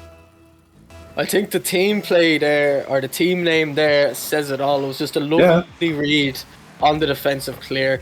Very well positioned. His teammate, the blue team, or the high school, there we go. The high school teammate thought his teammate was going to get it miles out to him on that right-hand side for them. However, the touch was weak, low on boost on the backboard. They did what I wanted them to, which was have a defender on that backboard. That way the ball won't be bouncing down the whole time and just getting pressured on the whole game. So I think they've already fixed one of their errors, which we saw in game 1 that I mentioned. But it was just a weak touch in the end as the bump nearly makes that goal go in. And there's an insane team pinch. Is that going to go in? Again, the crossbar and the miss. The accuracy of these teams has really not been that commendable so far today. Yeah, it's unfortunate, but as the seconds tick down, it looks very much like Reading will seal out this game 3. Dasher looking for the icing on the cake. He will get it. Brilliant air dribble from him, but again, defensive woes continue for the Farnborough Condors. And I think it's a great air dribble by Dasher, but I think that's potentially only the third or fourth goal this series that came from open play rather than a defensive error. But look at the shot difference. 19-2. Yeah. That is insane. The It is. amount of difference. Like, it's ridiculous. And it's something that Reading need to fix going into this game 3. Because conceding 19 shots in a game, that is a seriously worrisome statistic. Yeah, I mean, there are, I think, a lot of valid ways that you could get close to that number of shots, but the fact that they've only put 2 on in return is less promising from the Condors. Reading took that game by the scruff of its neck from the opening seconds and never really looked like letting go. Condors, they've shown flashes of brilliance. These guys are clearly very talented players, and the team plays they've been going for I really like, but so far they've just been lacking end product. Lacking end product, the down to game. Like, the fact to think that those 19 shots could have very easily been 19 goals if the accuracy was a bit better. I suppose 9 saves, in fairness, but that would still make it a 10-0 scoreline, which is an insane amount. So credit to the high school team, the Condors. They did defend, with a good bit of effort, but they just need to fix their double commits, keep that player on the backboard and stop the ball getting double tapped in. There's nothing you could do against that last Asher goal. That was just an excellent display of individual mechanics. There's not much you could do about then. But a lot of those goals, they were just gifted over to Reading in the end. And it's fixable. It's doable. It's only a show match. It's not like the NSE finals right now or anything big like that. So there's no need to panic. This is a learning experience for this high school team. And I think it's a very valuable experience. Obviously, these players, they may not all go to the same university together. But if they stick together as a team, playing a university team like this who is organised and well-disciplined and taking a game off them, that's something positive. It's just a case of, right, we just need to win the next 2 games. Doesn't matter if they take 50 shots on us this game. If we can just not gift them any goals like we did last game and make them rely on individual outplays and then maybe take them on a quick counter-attack, the game's very winnable. The game is very winnable. Even though 4-0 does not look pretty on paper, Farnborough have shown pretty good offensive pressure at, various times. Benno looking to get some started here. He'll find JW, but the touch not what he was hoping for. Tosnuts clears it away, and Naruzu gets his clear dunked. Benno nearly gets his touch dunked as well, but Naruzu there to clean up, and JW will bring this clear. That's a great double touch off the side wall. Will he get another touch? No. But that's, interestingly, one of the first double commits we've seen out of Reading on defence. Maybe it's contagious. Maybe it is contagious, maybe it's the caster's curse. So many different reasons, but the high school team, they're looking a bit more comfortable this game. They're very good at mentally resetting. They did this in game 2 as well. They just reset their mentality, they went out and won the game.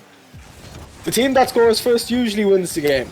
Yeah. Usually, from what we see in this. It's not always the case, but it's what we've seen today so far. We'll see if we see it in this game 4. That's a lovely double touch, and the net opens up. I'd love to see the replay on how he managed this, because that was just a beautiful touch right here.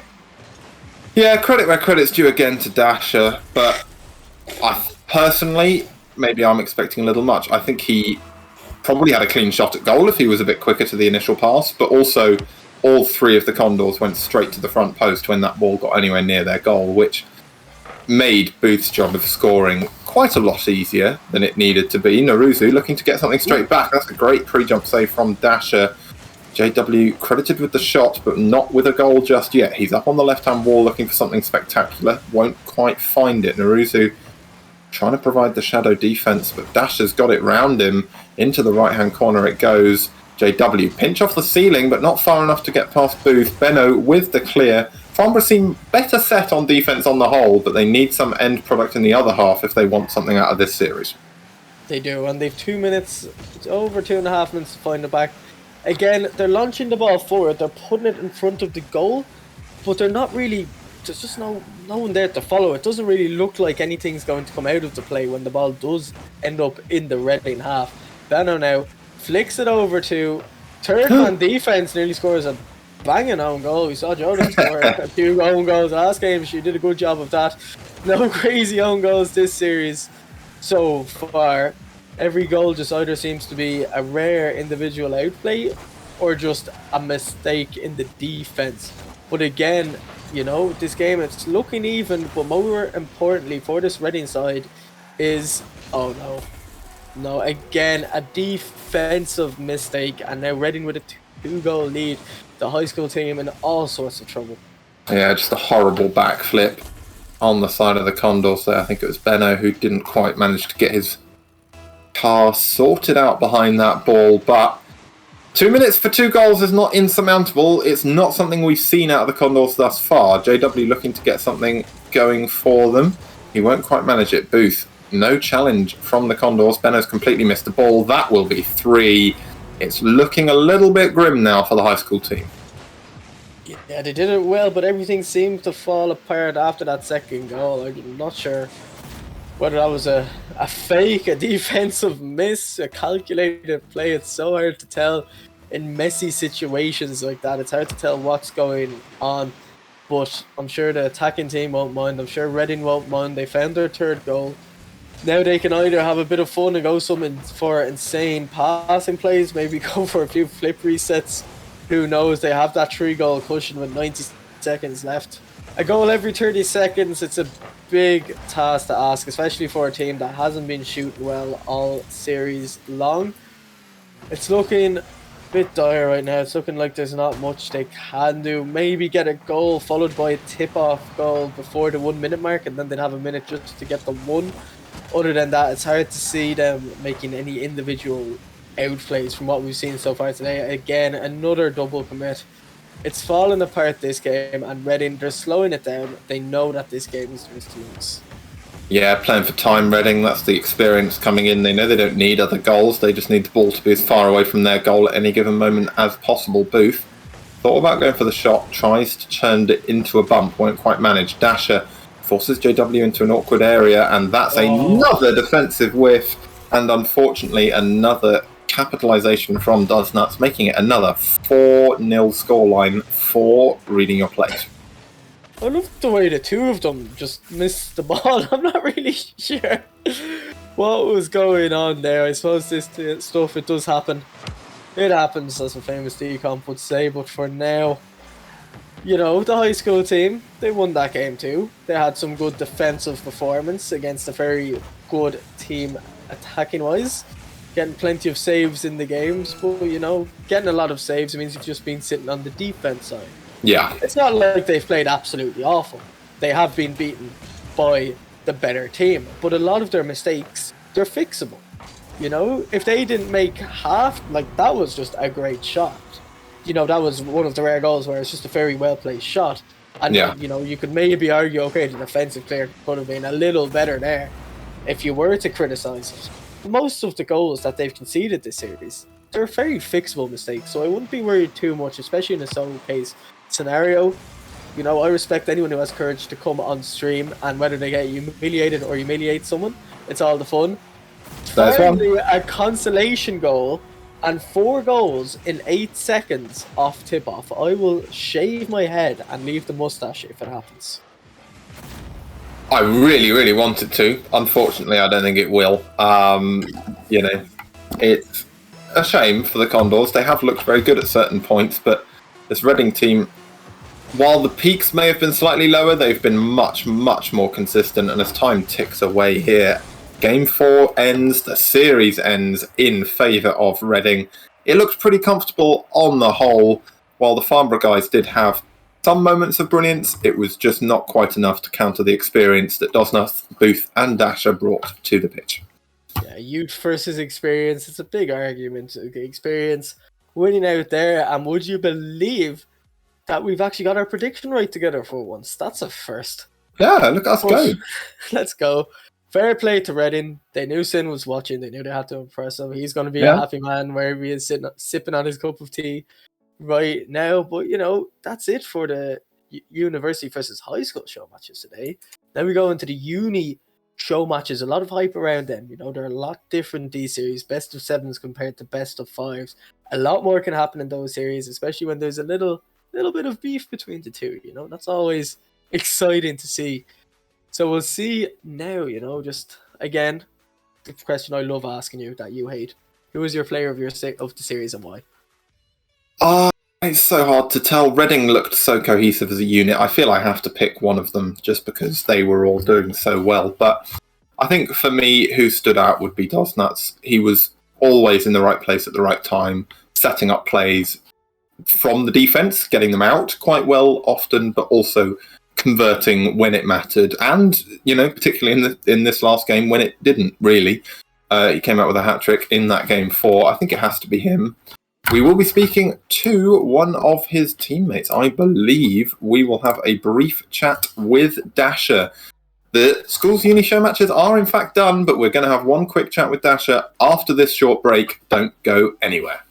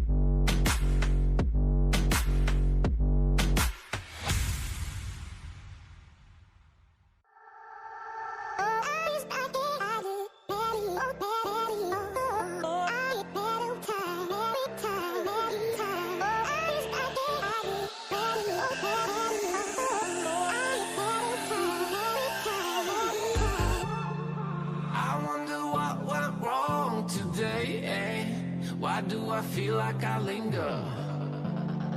Linger between the words to say the words to remember.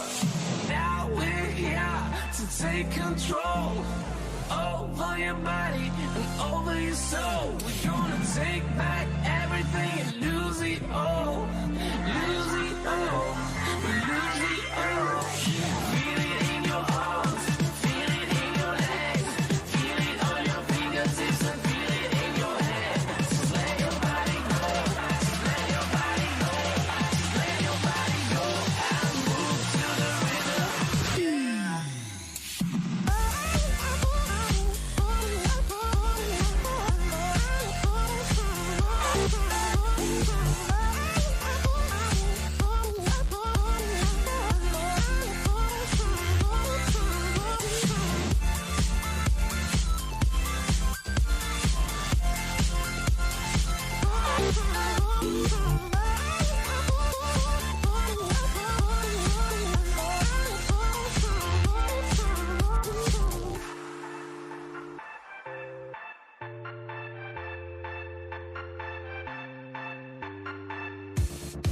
Now we won't go back home today, until the very last hour.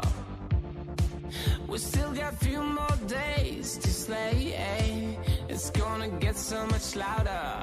Now we're here to take control over your body and over your soul. We're gonna take back everything and lose it all. Lose it all.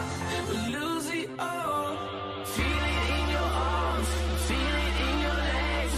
Feel it on your fingertips and feel it in your head. Just let your body go. Just let your body go. Just let your body go and move to the rhythm.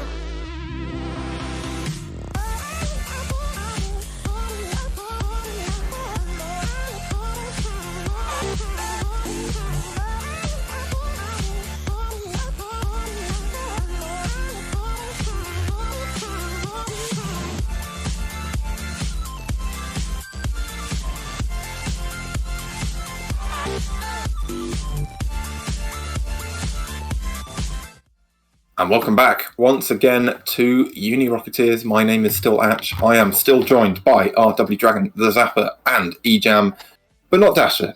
He's fallen off the face of the earth. We can't find him. A bit of a shame, but, you know, we saw, I think, Ejam, all there really was to see from that series. It was confident from Reading. It was less confident from Farnborough. I'm not sure there's all that much to say beyond that. Yeah, I think Reading certainly ended up being the stronger side there. They just relentless pressure. The fact they racked up 19 goals in one game compared to 2 is insane. Like, that shooting statistic is ridiculous. And when you're a team struggling to find goals, they only found those goals at the end of the last game. Yeah. And also the 2 goals in the second game. So they only scored 3 goals in 4 games. You know, it's not exactly the goal scoring ratio that you want per game. However, Reading, very strong side. They just knew exactly where the weaknesses were, and they just caused so much pressure that they didn't have to use individual outplays to score goals, because they knew that they could eventually just rely on the mistakes that were being brought out by the defending team. Yeah, I mean, it was very much like that, but probably won't be so much like that in this second or third series. Apologies, Zapper.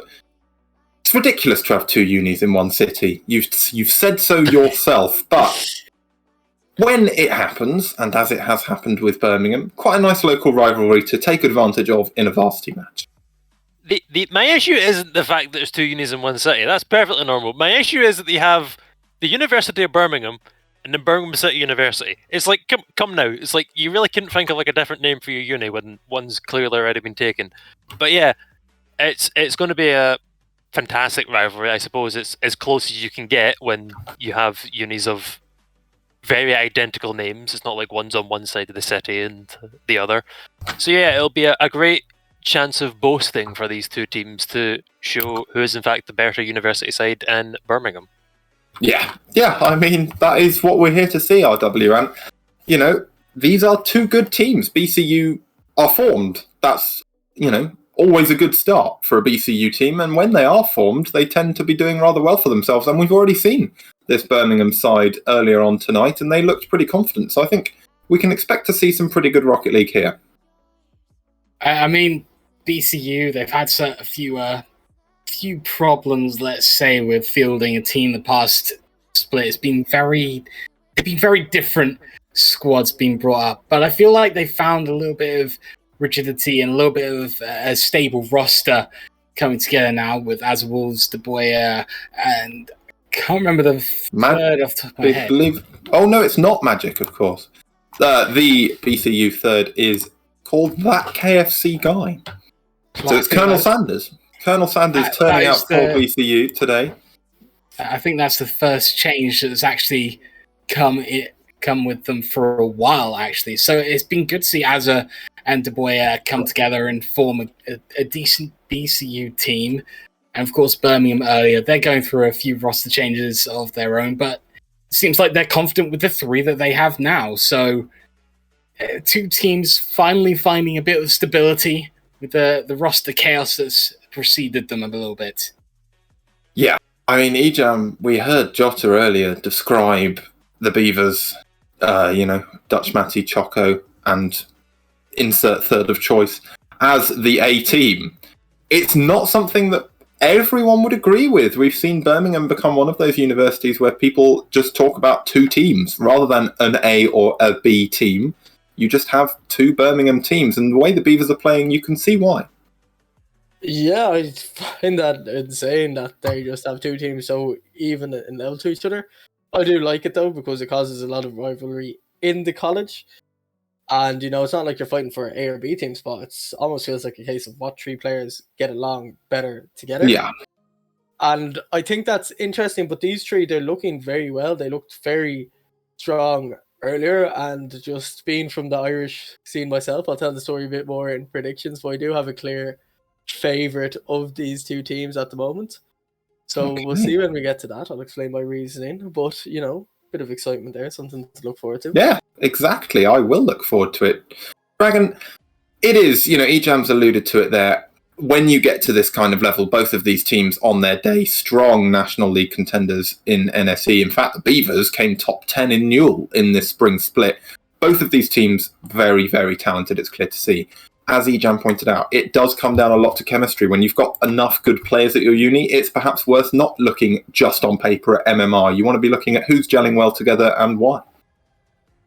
Yeah, of course it is. That's one of the issues that it almost sort of came down to with the Bournemouth side, with Ward suddenly coming back. So we had to sort of think, is Honours good? But, after a complete season of playing with the team that we had, we stuck with Honours. We didn't want to change that formula. And I think that's going to be the same here with Birmingham coming into this, Birmingham Beavers. As they finally found a set of members who want to play summer and they want to continue playing the game with each other. And as we heard from Jota earlier, she feels that this team pulls many more punches above their weight, which is great to hear that sort of confidence, especially coming into a varsity match like we're going to see. Yeah, I couldn't agree more. And I mean, Zappa, she's right. This Beavers team have been punching well above their weight in terms of pure on-paper MMR in most national tournaments. And I just want to know from you, do you think that's going to be enough to take them past BCU tonight, or do you have a different prediction? I mean, all of my predictions were high school based through just my heart telling me what to go for. Some of them maybe not the correct choice I know in my head. I made the prediction of Ferrers beating Birmingham to go for the high school teams when I had my two children squaring off on the match and I had to choose one. Now I only have one child, and that is the team of Jota, Maj, and Handa. So I'm going to have to go with the... I'll go with the Birmingham side and not the Birmingham side. That's what it is. Specifically the one with Jota. Yeah. Just pick. Yeah, I mean, I think Birmingham's going to win. Picking you'd be doing something wrong by saying, "Oh, I'm going for the Oxford side." Oh, yeah, that's one more. That's one more game later. Birmingham, is a safe bet. Something from Birmingham is going to win this series. Dragon, what's your take? Have we got the Beavers, or do you reckon this newly formed BCU Blue have what it takes? I think being newly formed is going to play havoc on them. I think Azza and De Boer, they know each other's play style a little bit, but I genuinely don't think it actually came together during the spring split when these two were mainly playing. I think coming down to it has to be the Beavers. I think they're so confident that I don't see BCU playing the game that will take them down. I reckon it has to be Birmingham Beavers for tonight. Ejam, it's a team that falls apart at the lightest touch, the BCU side. We've seen it a couple of times before, and I'll be honest, I've considered quitting Rocket League when faced with a best of 7 against the Birmingham Beavers. Is this strategy going to annoy them? Who do you think is going to win? Well, I hope the Birmingham Beavers win. I think they're going to win. And the reason I hope they win is because during the open qualifiers for EURC, as it was back then in winter, the Waterford side, the only Irish team to actually enter, they didn't get in the end.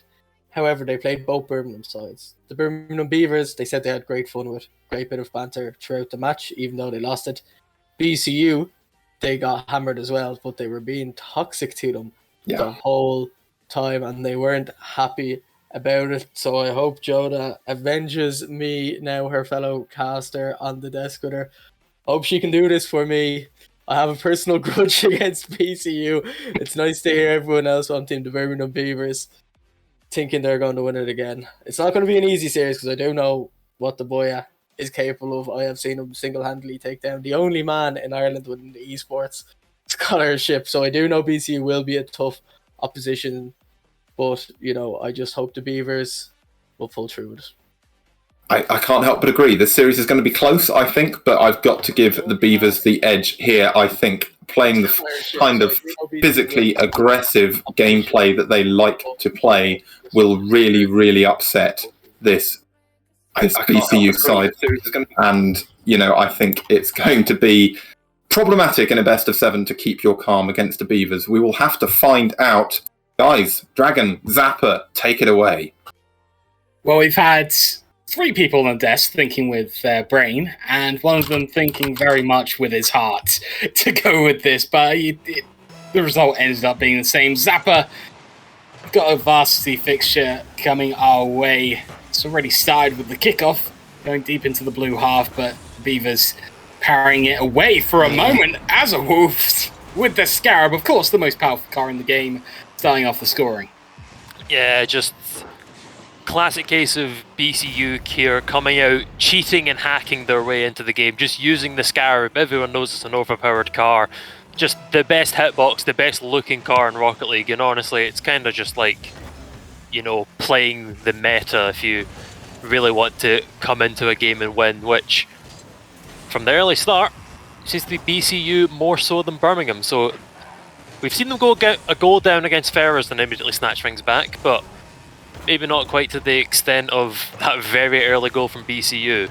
Jota jumping off the ball, hits off the ceiling. Handa can't find a way past the keeper. Now Maj is playing it into his own corner. Hit there from De Boer. Can't get through Jota's defense. Lemon playing off the ceiling. Gets a flick, but Jota coming off her own backboard, hits it sideways. Gets the second touch. Goes up. Don't think she's got a lot of boost to really do much with it, but keeps it away for now. Play through mid, but no one waiting there for BCU, so we played into the corner. Jota deals with it. Azza jumps up. Beautiful hit from the Scarab, but sadly only finds Maj waiting there. Jota taking it up the wall. Got plenty of time, but I say plenty of time, but then immediately messes up the air dribble. So not sure what was going for Jota's mind there, but potentially not the hit she was looking for, and giving down for hand, that ball lingering across the goal, and it's a save away by Lem. Just there's been so many chances for the Birmingham Beavers. They just haven't really led to anything, Dragon. I feel like we're starting to see the skeleton of an offense come together. It's a little bit messy at the moment, but you can sort of see the framework of something coming together. A few infield passes coming on. That big demo play from Handa Panda as he tries to replicate things there, but big clearance from Lemon coming through to clear things up. Big one from the boy sending it on targets. But like I said, I feel like BCU have been opportunistic, and they've done great with that so far. And in fact, even the challenges in midfield have been very opportunistic. They've sort of seen it coming. Now they'll push up off the back of that clearance. But I'd say it's been a little bit more strategic from Birmingham Beavers. So 2 very different styles of play coming together, but Birmingham unable to find the goal so far. Yeah, to pull back the curtain and stop memeing on the Scarab for a second, it was just a very powerful shot that potentially caught the Beavers off guard. So I mean, if 4 members of the desk think that they're the ones going to take the series, there must be some reason we're all thinking that, so it's up to the Beavers to try and pull themselves together like they did in the games against the Ferrers earlier on and try and get back into this, but... Oh, there it is. Well, that's definitely a response. I mean, I pointed out that BCU were being opportunistic, but even in structured offense, there's moments where you have to think, all right, I've got to take that. There's no way I miss out on this 50-50, this challenge. That's what Handa Panda did. They noticed the ball just popping on the car. That will either just pop up again or it will get caught. It'll be there either way, and Handa Panda got there first. Tied game with 1 minute 50 to go. Zappa, we've had quite a game to start off this Varsity. Yeah, the opening power hit from the Scarab, and then just the forced 50 from Panda Panda, leading to the equaliser for Birmingham Beavers. And now the ball kind of lingering over, Daboya potentially causing a bit of upset in defence with an accidental back pass into his own box from the wall. However, Jota and Maj both fly across. I have noticed that be a problem for the Birmingham Beavers. There's been sort of 2 people go for the ball, so that's twice the amount of boost. I go back to what I said, in fact, the first series of the day with the Pharaohs. Having boost efficiency is so valuable in this modern era of Rocket League. And 2 of you going for the exact same ball, that double commit, doesn't just put you out of position, but it takes away boost from your own economy. So right now, Birmingham Beavers, they have recovered from that error, but they do have a lot of positional problems that they have to fix by using boost. Yeah, absolutely. I think good hit from Maj that I stopped speaking because I thought it was in, but a little bit towards the keeper potentially, and the game is even for now. I might not get to make... Can I make my point, Jota, or are we going to keep an attack going? I'll quickly make my point. Yeah, boost, obviously a big important factor, so is positioning. Maybe it could be attributed to the Birmingham Beavers just trying to go for some double commits, make some fancy plays, have fun, but that could be the key difference that leads to BCU taking it away from here. However... Fun in the Varsity? Fun? Ultra serious. I mean, you can look at it in 2 ways. You can look at it as we need to smash this unit to show we're the best side in Birmingham, but you can also look at it as, they're kind of our rivals, let's just have a bit of a kickabout with it. But anyways, game 1, and we are now in overtime, was a sweep of predictions for the Beavers on the desk, but so far, BC are at least holding their ground as big hit from Panda Panda finds the boy on the wall with a immediate 50 coming in, but can only go so high. Maj hits it up, double commit for the save, but it's not in the back of the net, so can't really fault the BCU side that much there. Lemon not really finding a fantastic hit into the sidewall. Panda Panda staying on top of things, but the hit away finally from the Boya, but hit from Maj goes to Lemon. Redirect coming in from the god hitbox of the Scarab. It's a shot on goal and no one's there to reply from Birmingham. And what was a 4-row sweep in the predictions will not be a 4-row sweep in the scorecard. 2 open nets have cost Birmingham the first game of the series. But BCU, it was opportunistic, but that's sometimes just what you need in Rocket League. You just need that moment where you just take down your opponent by just one random open net. And Daboya really delivering, leading his team to that victory. I feel like we have to highlight Azerwolves clearing up that moment where it just sort of fell across net. Azerwolves coming in at the back post, clearing it up, got the first goal with that massive just smash up field. Azerwolves performing out of his skin that game, even though the points and score-wise didn't quite show it. I mean, maybe not, but Lemon with, unfortunately, no saves, clearly deciding to be more of an offensive player in that series. Azza was there, had saves, had shots, had the solo goal with the phenomenal hit from the Scarab, and then also the assist to help out with the winner in overtime. So, might only have been sick. I'm just going to keep talking. might not have been the MVP on the scorecard, but potentially, definitely the MVP of the game. Now, coming into this game, not much to really talk about. Kick-off goal from Panda Panda. Just is in the net. What can you really say? It's a 20-mile-an-hour difference from the opening goal in the first game and the opening goal in this game. So, not quite a smash-and-grab situation that we had in the last game. Goal number 1 for the last game. Huge, absolute power smack from the almighty Scarab hitbox. This one, it's the Batmobile just kind of smacking in a kick-off goal. Honestly, paid DLC, what can you do about it? Anyway, not much. Not quite the paid DLC anymore, it's just, it's in the shop now, I'll just pick that up.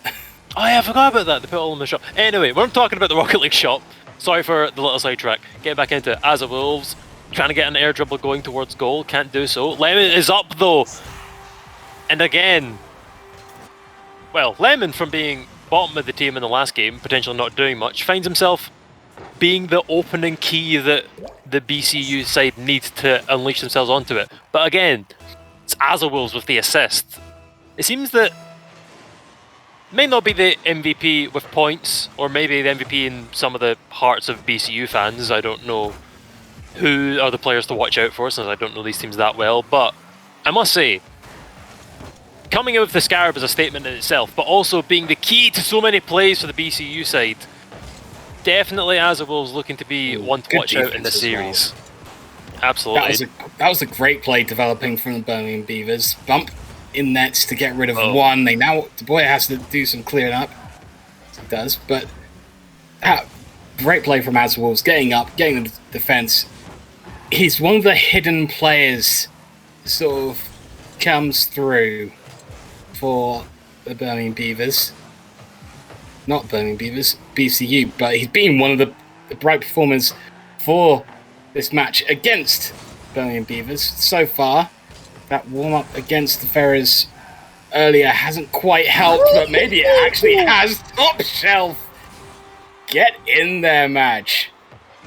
People always talk about Jota being a star player for the Beavers, but here we have an absolutely fantastic link-up play from Hand and Maj. Just, again, it's maybe the issue that led to the Ferrers early on against the Beavers. Just, when they're in defense, their keepers just kind of smack the ball wherever and it just ends up towards one of the Birmingham players. But that's how you do it.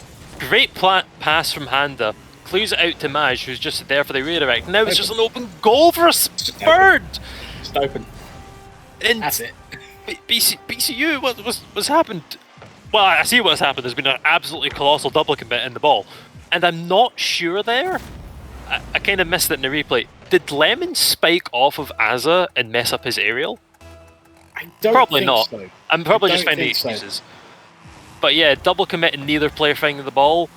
Colossal mistake from BCU, and from what was a 1-goal advantage has now shrunk to, I was about to say 2. Make it 3! As Jota slams in another for Birmingham. Much better from Birmingham. Those slightly more structured plays coming through, and just, I think on that front post we had 2 people compacted together. Give each other a little bit more room, a little bit more space to breathe in the defense and the play. But this, kick-off goals, there's sometimes not much you can do. The first person chasing, maybe a bit too high. That's actually tough on Dubois. He wasn't really too high in that position, not really even too far back. I think there was just a moment of hesitation before challenging that ball that left it open for Jota to come through. Yeah, I think you can look at kick-off goals in a magnifying glass lens and severe levels of depth and think, what went wrong here? What was the key? But I think it's just a case of ball come off the centre, ball going goal. You need to have so much quick reaction moments on a kickoff for it to go right for you. You don't need quick reactions for that. That's a brilliant pass coming through from Birmingham Beavers. They are really cooking with gas right now. Wow. Very quick. So Jota, after us saying about how Handa and Maj were stepping up, decides, hey, I'm kind of the star player for a reason. Fantastic self-pass off of the backboard hit to then go into a half-flip to play it mid for Maj. Just, très magnifique, Jota. Chef's kiss. Chef's kiss. Chef's kiss indeed. Is now, with a 6-1 lead, there is a certain Brazilian-German World Cup result on the cards. We'll have to see whether BCU allow that thing to happen, or if I did point it out last game. I did point it out last game that we had the starting, sort of the framework of the structured offense from Birmingham Beavers, those infield passes, and I think they've had 3, at least, of their goals coming from infield passes and working together to open up the net. And I think that first game was just a preview of what was going to happen right here. So they've really worked together to pull off quite a result. A little bit of a pressing attack from the defender of, I believe, was Handa? I can't remember. Whoever it was on Birmingham coming up from the defense, not finding the hit. However, a few seconds later, Jota is starting the attack on the backboard of the BCU side. Maj plays it across. Jota's there. Is up high. Maj jumps. Gets another hit off the backboard. Handa comes across. It's a bit soft and slow. Daz is there to respond. 1 minute left on the clock, but all the pressure on the hands of Birmingham, and looking for that potential Brazil result. Is huge pump coming from Maj, but the ball was sadly not on target, so c'est la vie, life goes on. Jota plays it mid to Handa Panda, bouncing off the backboard. Maj jumps up, can only find the crossbar, and they will reset as Jota takes it into their own backboard. Demos coming out for both teams. I think they've forgotten that the game is based on goals, not demos. However, nice to see that maybe BCU, knowing that they only have a few seconds left to score, but Whoa! I mean, I was going to say that potentially they've gave up and are just having fun with the last few seconds, but that's a fantastic save from Lemon there to deny the Brazil result so far. Yeah, just get yourself a bit of momentum, give yourself a little pat on the back. All right, it's a really good save. You might have lost the game, but give yourself something that you can sort of look at and say, right, I can still do that. I can still take the rest of this series. Even after that massive deficit, those 5 goals separating the teams, that save is something that Lemon can say, all right, I can do that. I have confidence still in my play to keep pulling off some magnificent plays to deny this team. What can we do next? How can we move on from here? For me, BCU Blue, they need to be careful when pushing upfield. They need to keep being aware of each other and their positioning. They need to keep those comms up, keep those calls going. We saw a few double commits, a few mistakes coming through from the plays that they had and the goals they conceded, but those can be fixed. Those errors can be changed, and it just takes one call saying, I've got it. That open net that just sort of flew past on the highlights, all that takes is Aswell saying, wait, I think I've got a better touch. Or Lemon saying, actually, I'm putting it straight upfield to De Boer. I've got the touch. Just one of them saying, it's mine, and one of them stays down. Yeah, absolutely. I think it's good to look at the BCU side and see that in game number 1, we're maybe focusing on the fact that Lemon wasn't quite in the game as much as they would have liked. De Boer was the MVP on the score sheet, and Asa Wolves was just our MVP in our hearts, should we say, for game number 1.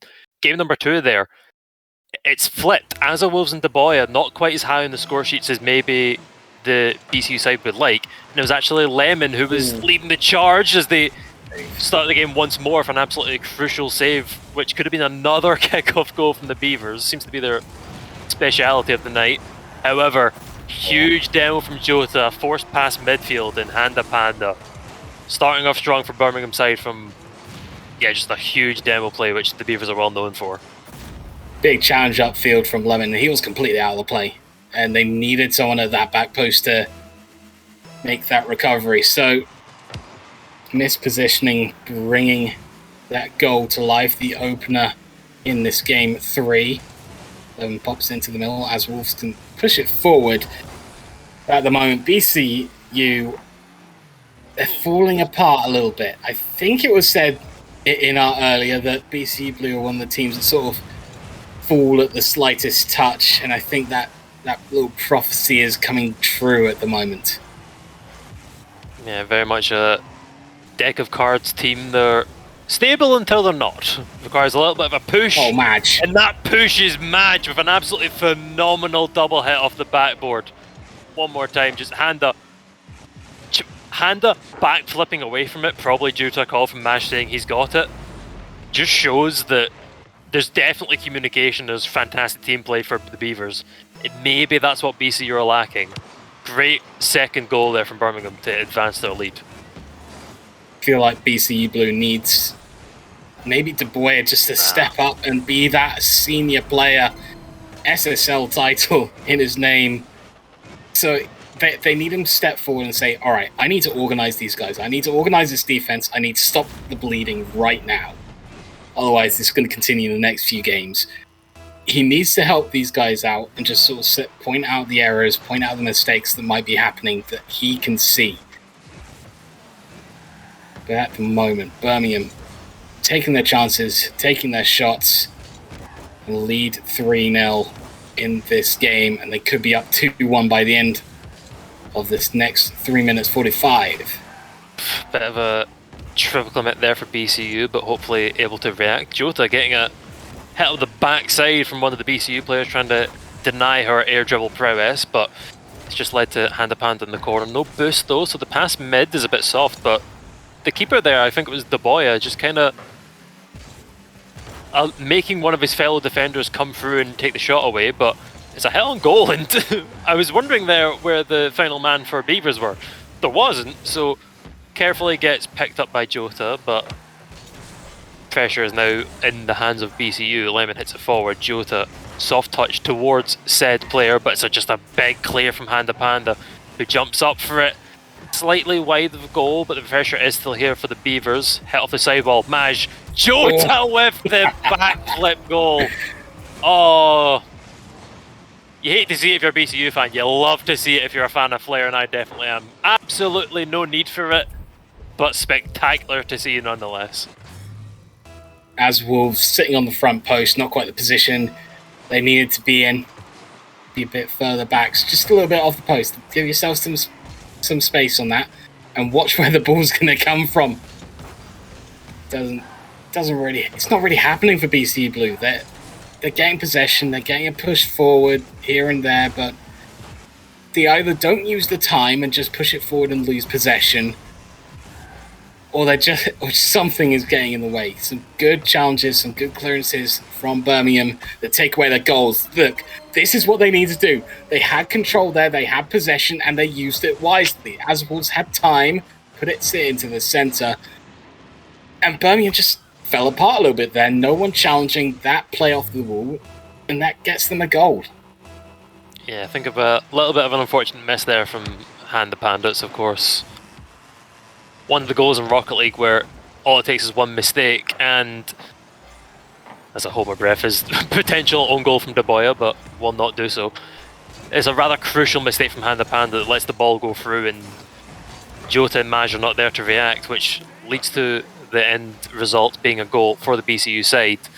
But if Handa isn't missing crucial aerials and Beavers have all the pressure like they do just now, I don't think there's going to be another easy goal knocking on the door for the BCU side, so they need to make something happen. Whether it's more thunderous shots from Azza Wolves, whether it's you send some players to start disturbing the defense of the Beavers, but I don't really think you can rely on gifted goals like that happening all the time, as once more the Beavers staying on the attack. Maj getting bumped away by Azza. It's a good start. Was mentioned the fact that maybe they need some bump plays. Lemon, shot on goal, but well, it's kept out of the goal by Handa Panda, but it's still dangerous. But Jota can only hit it as far as the boy and fired back into the midfield. Lemon hits it forward. Maj replies. It's a lot of hits into the backboard, and they're just kind of hoping that a Beavers player doesn't notice and it falls back midfield. But Beavers, a very solid team, always on communications, probably saying, hey, I'm on backboard, I've got this. Once more. To be fair, it usually seems to be Maj as well. So yeah, I think that BCU are trying to force the issue for the backboard, but that just seems to be the Beavers' realm. And now, a crack in the armour, and it's 5-1 with Handa Panda sneaking a shot into the bottom left. I think they went to the well a little bit too much with the backboard. I mean, the first goal happened because they got it off the backboard once, and someone was in the centre once. Deboya puts it away. That time, they got a few free backboards, and then Maj sort of got wise to it. Probably mentioned to his team, "Hey, just have someone on the backboard because they're just going to keep using that." They did. They closed down the attack. They went up the other end of the pitch. They scored. It feels too easy for Birmingham at the moment against this BCU side. It feels like they're running out of plans, running out of ideas, really running out of possessions for them to try and get themselves back into this game. Yeah, Rocket League can, especially once you start getting higher in the skill level, and especially against the rivalry like this where the teams probably know each other rather well, I feel like if you're BCU, you can't just keep hitting shots into the backboard and expecting them to work as a pass. the Beavers are going to catch on to it. They're going to stomp it out, and then what do you have? Your one method of attack that you were keeping a hold of and just repeating over and over and over again. Sure, it worked once, but it's not going to work another 4 times, I think they attempted. And Birmingham with 5 goals, BCU with 1, and I don't know, BCU need to try and figure something else out. We saw a few bumps coming out later into the half of the game, but it was a bit too little too late, and again, and one of the results where BCU lose is Lemon on top, and maybe Deboya and Azawil's not doing what they need, so maybe it's a case of Lemming having to be the resident defender and letting Deboya and Azawil's release onto the map. I don't really know. Is there... What do you think that BCU have to do, Dragon? I think during the second half of that game, they got very timid. They started using the backboard, like I said, but the problem was they were sitting back way too far to actually make use of the rebounds that were actually making their way through the defense and down into the center. They needed to be pushed higher. They needed to sort of be recognizing, hey, we can't just sit back like this when we're 4-1 down. We need to push the issue. We need to get outfield. We need to get the plays going.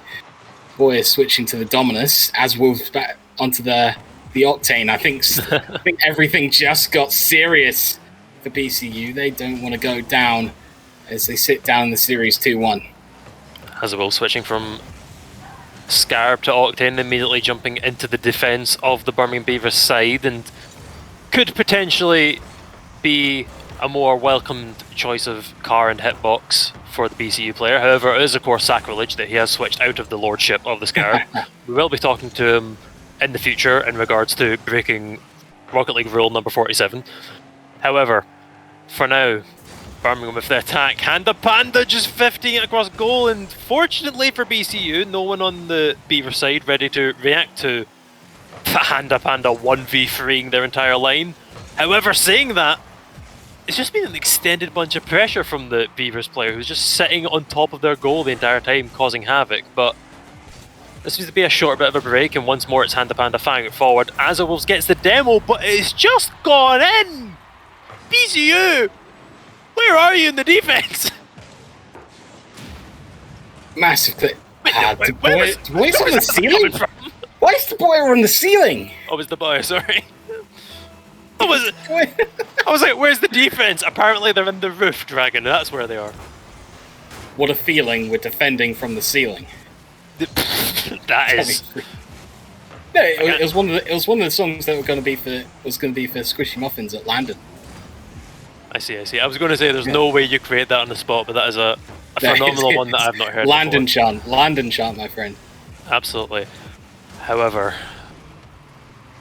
good luck. That's going to be stuck in my head. I'm not going to be able to cancel the rest of the game. Azza taking it in his own corner, but gets 50 by Maj, hit by the Boya, but attack there from the Beavers not going in. Jota jumping up the side wall, and Maj with a quick bit of a break. We were talking last time about all the backboard attempts coming from the BCU side, and one of the things for Birmingham... Don't you use the backboard at all? Oh, Azza! Don't use the backboard, just use the ceiling. Anyway, quickly. Some of... Hold the thought. Azawolves jumping off the backboard. Jota gets the thought. I'm trying to make a point here, but there's a lot of stuff going on. Azawolf spikes it into the ceiling. It's going into the corner. Will take it themselves. Pops in mid, but it's a bit too far for the Boya. Plays it in the corner. Maj strikes it forward. Azza, I'm not going to get... I'll come back to this spot eventually, chat, I promise. Azza jumps up to find it. Maj hitting it into the corner. Boost does in fact spawn on him, so he has that pressure to go into the Boya. Not enough to give him time. I think got time now. No, I don't think I do. Oh, maybe? Coward. Okay, Birmingham were doing a lot of infield passes that worked really well. BCU, I don't think I've seen them do an infield pass yet. It's just been backboard and ceiling hits, and a few attempted redirects from a clear. Birmingham, to be fair also, Birmingham haven't been doing that either. The thing that we've seen work so well against the Ferrers is not been trying to really attempt any infield cuts. Maybe this one can work, but a bit slow and the defence is ready to react to it. But yeah, maybe BCU need to attempt just some more Route 1 Rocket League passing plays as opposed to backboard hits. Oh no! It's lingering. The demo from Deboya takes out Maj. That's been one of the few miscommunications I've seen. Jota coming through with a much better shot, a much more direct shot than Hand Panda. Slight double commit. Jota gets just bumped out of the way by a teammate. And the second goal doesn't come through. But at the moment, the lead is fine. The lead is okay. They've been just able to hold off. Jesus. Can't get a second so far. Jota playing it into the corner for Handa, who just passed it to her moments ago. Ball is up on the side while Handa Panda will take it forward. Azabulls can only find the enemy player of Jota in the midfield. Lemon passes it mid. It's a soft hit from Handa Panda, and the boy will allow that one to linger in front of his car. Bit of an unfortunate 50 for Azza. Lands to him, but only as far as Maj. Big hit from Lemon. Finds Az on the wall, but it's Jota there to just slap it away. And it's been very ping-pongy Rocket League for the last few attempts. There's a clear. There's a clear, but not a very good one. It's lingering in the midfield. Maz jumps up. It is a huge 50 from Deboya, but not enough to beat out Jota. And finally, the ball is slowed down. There's possession for BCU, and it's another ping for Birmingham. no. Please don't tell me it's in. Oh my god. Well, I was going to say the fact that I was enjoying the fact that we had an opportunity for not a clear. But finally, it's worked for Birmingham, and it's just been clear, clear, clear, clear. A little bit of possession goal. So, Birmingham lead 2-0. And with 22 seconds left on the clock, could be all they need to beat out BCU here for this game. We're looking for one. There we go. Good beat on the dribble. Take it back. Still got time. We've still got time to go. There's still life in this old game yet. Been good work from Birmingham the last few. They haven't let this game get away from them, which is kind of surprising looking at the last few games of the series. They could have acted desperate. They could have played upfield, but that's really something for the last about 30 seconds. They realised that they could just be patient, but the one moment they let that slip was when the second goal went in. At the moment, they have got themselves back within a chance. Deboya, Azawolves. Thought I came off Azawolves to pop up back to Deboya, but no. It's just Deboya making sure it goes in. Two people to make sure there. Oh, it did come off. Came off at Jota to pop back up, but overtime at 0 seconds. Birmingham, this is your Birmingham City University. This is your moment that you have to step up and take this game away.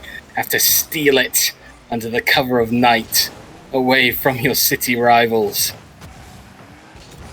I mean, 22 seconds to get one goal is a bit more possible than what the Ferris have. 2 kickoff goals in 7 seconds.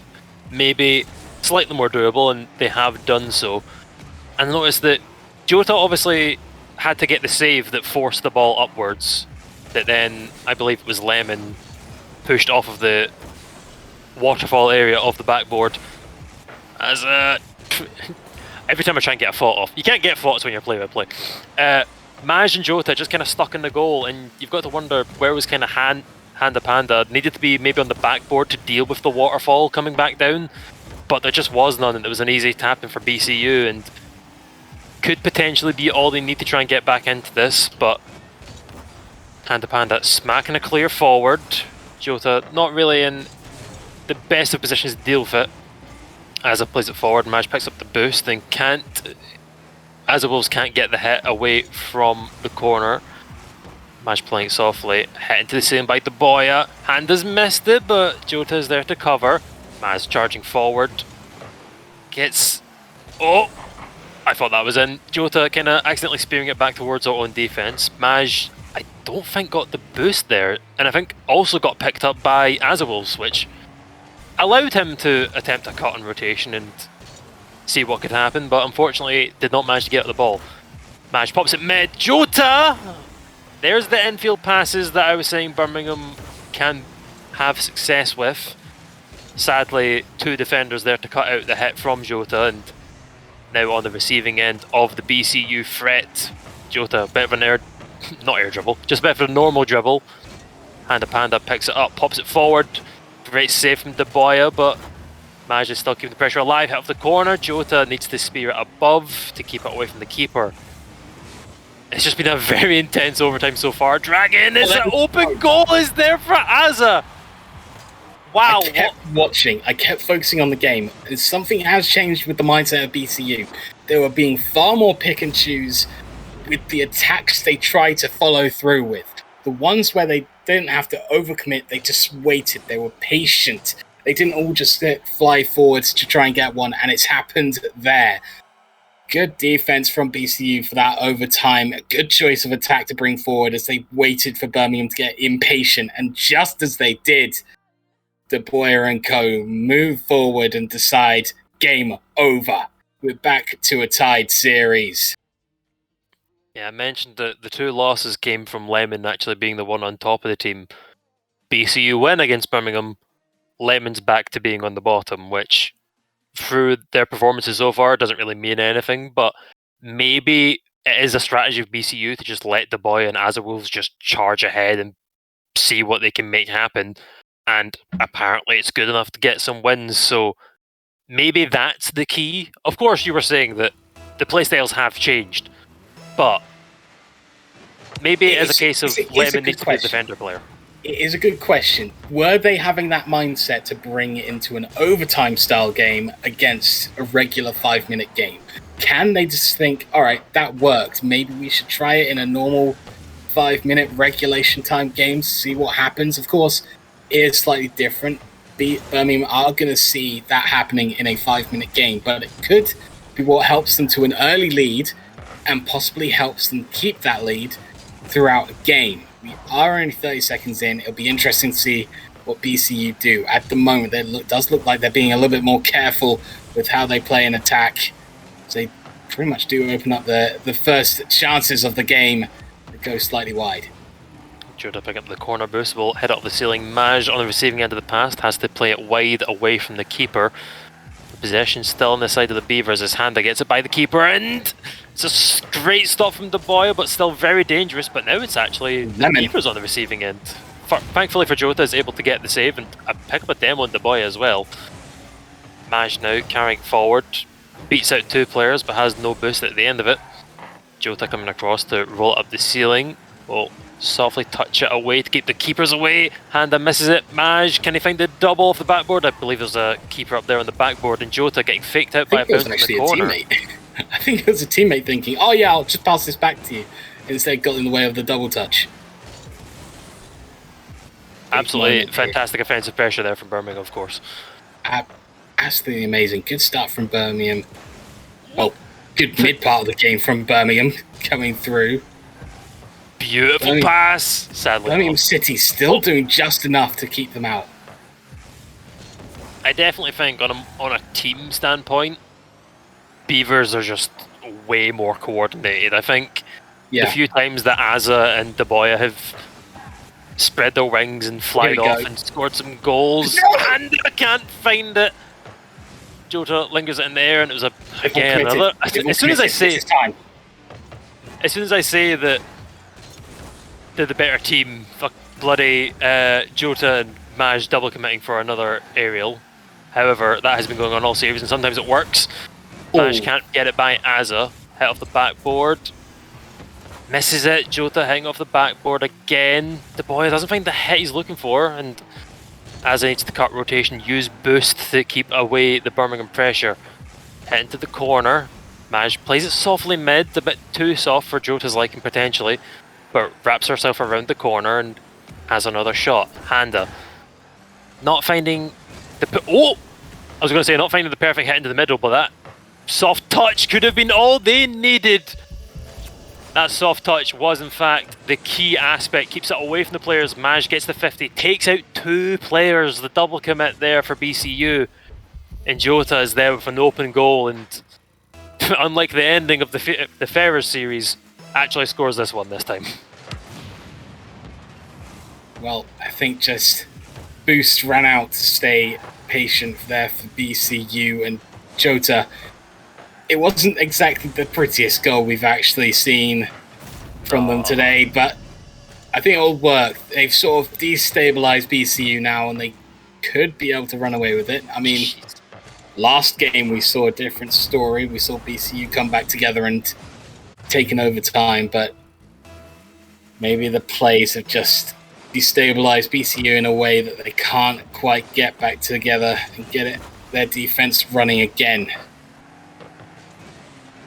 Yeah, good save there to keep 2-goal lead currently active for the Beavers, and sadly the assist not going. Oh, no. No. Well, I mean, I'm kind of glad it's not in, because if it was, we'd have to like commentate on it and be like, "Oh, that's a goal." But I'm kind of glad we don't have to do that. Anyway, kind of. I enjoy the synchronized. Oh,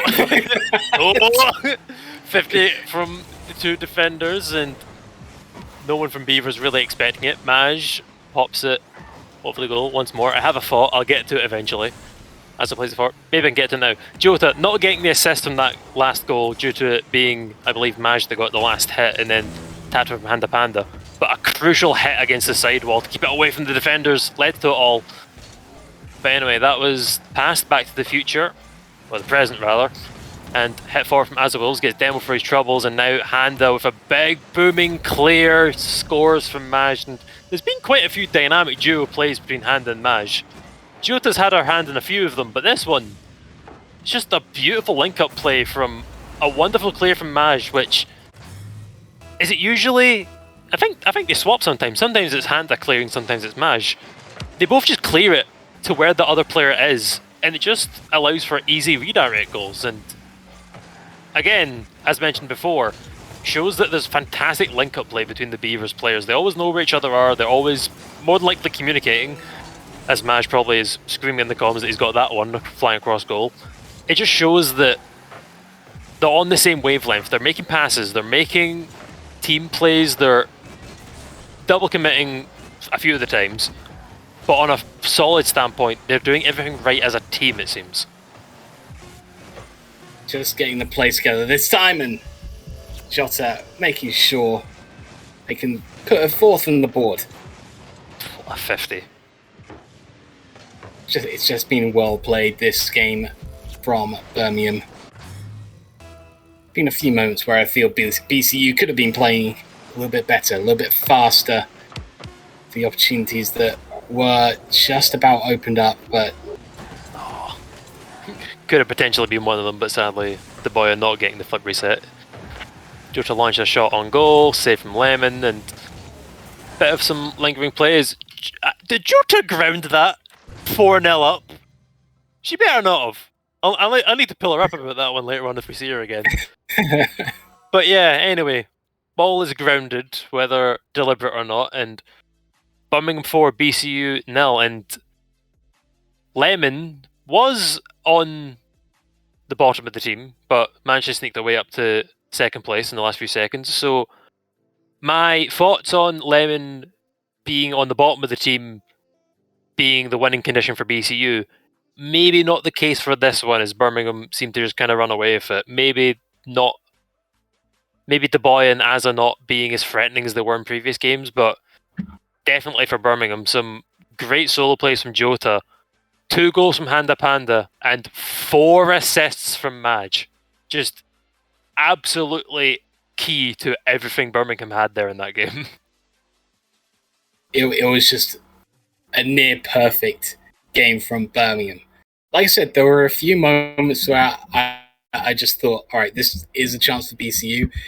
They need to get outfield where their transition was just slightly off. They just weren't quite quick enough to reach the ball, or they just weren't accurate enough to get the passing play going. But they need to get things running now as Birmingham sits on match point. The team that has had a bit of a warm-up on stream today, absolutely delivering.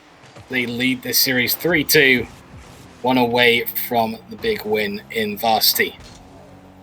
Lemon getting a big 50 on Maj towards the side of the wall, and again, Dubois getting a big 50 on Jota to keep things alive for BCU, but 2 players in the defence, but a demo comes out for Dubois, which could have bought some time for Lemon to get a shot, but Jota is quick onto things, and well, BCU, where are you? Come now. Okay, Dubois is there, there's someone in the midfield to our right. Where was the player that was in the midfield? Did they just go for boost? Did just let Handa score? I think so. I think 2 of them just went back and thought, all right, I can pick up boost. I've got time now. De Boer gets beat, and that's done is done. There's no one sitting in front post to try and deny that play coming through. And it's over. 4 minutes and 30 to go. Boy having possession. They have came back from a lot worse. Oh yes, definitely. 2 goals in 22 seconds. Definitely possible for BCU to jump back into this, but yeah, I'd of course love to scream my lungs out and react to amazing double flip reset mechanical musty breezy goals, but you just kind of have to wonder, where was the BCU player there for that goal?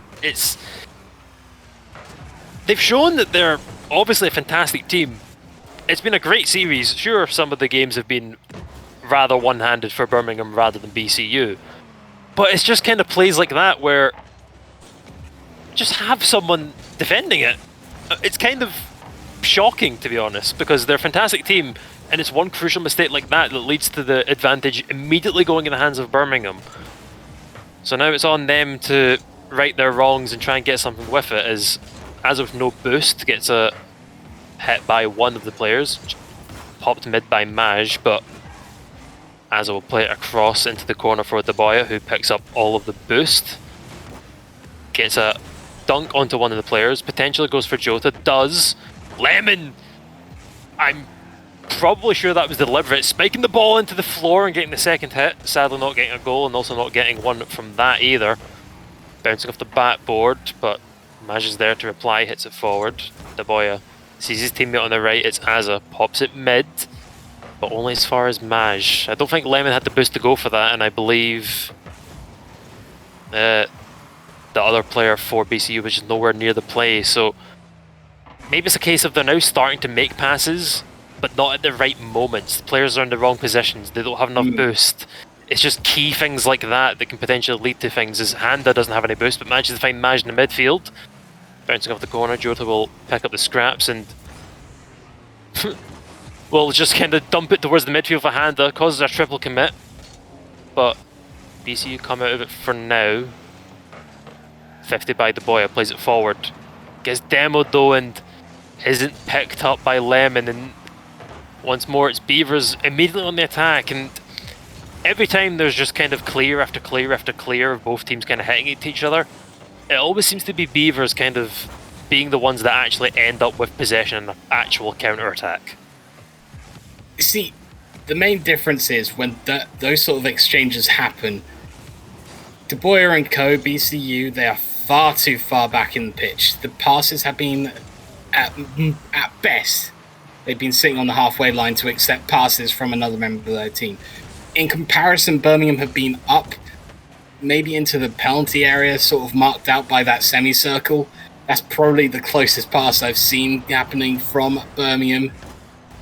So it comes down to how threatening both these passes have been, how threatening the positioning have been, and it's just not been threatening from BCU at all. It's just been so simple for Birmingham to accept that pass, accept that distance shot, and they happily deal it back to them. And I think at the moment, Birmingham are sitting quite far back, but that's because they know that every single pass that has been delivered to them has been from too far out. So they know that they're not threatening, they know they're not in a position, and there you go, that's a pass, that's a play, Jota puts them up 2. Just a double commit in the offense, and oh, I swear, was Azza going for boost there again? He better not have been. Another wide rotation. Well, I'm pretty sure he was, but the camera didn't see it, so I'm going to pretend like it wasn't, and I'm going to pretend like it was. Okay, fair enough. Again, it's like the only reason I'm harking on it, because if this was a game where, you know, it's like Birmingham Beavers versus like a bronze team, you'd be like, oh, they're doing well, they don't know the game. But it's BCU. They've shown throughout the series that they're a phenomenal team. Is a solo goal there from Jota, maybe a little bit of a hand in from who was it, Azza Wolves in the Fennec, or was it Lemon? We'll see. Anyway, fantastic goal from Jota, crossbar down, and it was Azza accidentally tapping it in. The only reason I'm harking on the fact that these mistakes are happening for BCU is because they've shown they're a fantastic team. So why is there just simple rotation mistakes that are leading to just tap-ins for Birmingham? If it was, critical, like, macro mistakes, like, oh, they went for an aerial, it didn't quite work out, or a passing play didn't quite work out. But just, is boost really that important if there's going to be a goal at the end of it and you're going to be going back to the kickoff? It's a real shame because the series was fantastic. But however, I'll shut up and tell you the end result. It is Birmingham taking the final game, series 4-2 for the side of the Beavers, and they do in fact win the City grudge match against BCU Blue. So many questions have now been answered. BCU Blue just not being quite up to those 2 games that they took. Absolutely brilliantly done, brilliantly organised, and brilliantly managed from those 2 games. I thought they could take it forward, but no, BCU just letting it slip just a little bit too much and letting Birmingham take the series 4-2. But I believe we'll be going to another break and setting up the next game, the final game of this evening, Reading facing off against Oxford Brookes. We'll see you for that after the break.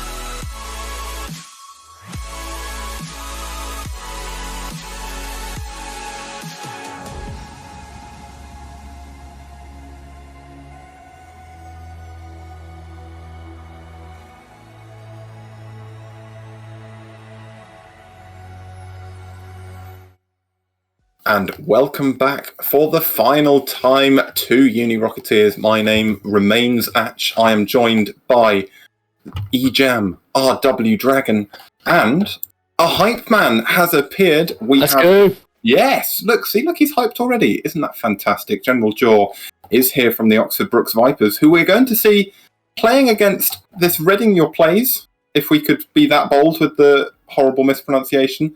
Who, eJam, we've already seen play a very, very solid series this evening. Oh, they looked completely comfortable in that series against Condors, I believe. They just put the ball on the backboard time after time again, caused so much panic in that defense. They rallied 19 shots in one game, which is an insane number, and only conceded 2 shots that game and no goals. They only conceded 3 times during the 4 games, meaning that they conceded 0.75 goals a game. Quick maths right there. But looking at this team, they know how to attack well as a unit. They know how to steal your boost. They know how to bump you out of rotation. They always just seem to be everywhere on the pitch, in the right place at the right time. The only issue I can see Oxford taking full advantage of here is that when they did start to get demoed themselves, they looked very unorganized on the defense. So demoing the other team worked extremely well for them. But when they received demos, they looked panicky. They looked out of shape. I'm looking forward to see as the series progresses later on tonight whether Oxford can take advantage of the one weakness they did show earlier. Yeah, well, I mean, Reading, yes, they played a very solid series, RW Dragon, but it was against perhaps some less than completely solid opposition. The Farnborough Condors played well, but gave Reading a lot of opportunities, which perhaps you would expect Oxford Vipers to do a bit less. Yes, sure, but these are different teams. They are? Are those opportunities going to arise? Are they going to happen? Is Oxford Brooks going to have a little bit more of a constructed defense to get rid of any Reading plays? You pointed out, are there going to be any demos that might put Reading off guard, like that came through in the previous series on tonight? These are questions that Oxford Brooks need to answer themselves. It's not about us sort of looking at the series and pointing out stuff they can do. It's whether they can do that in the series and adapt to the play that they have already. And I think that General might actually have an answer to that. Yeah. I know I'm rebounding this question, but I have barely seen Oxford Brooks play. I don't think I got to play them. I don't think I ever was in a position to play them. Oxford Brooks, how good are they at adapting to this play? How good are they sort of taking shots to the chin in a way and keeping on going? So, well, obviously, I'm from Brooks. So I've played with them. I've played with all 3 guys. And they you were saying how demos come and play. We've got Aaron. He can slam them. He can annoy them.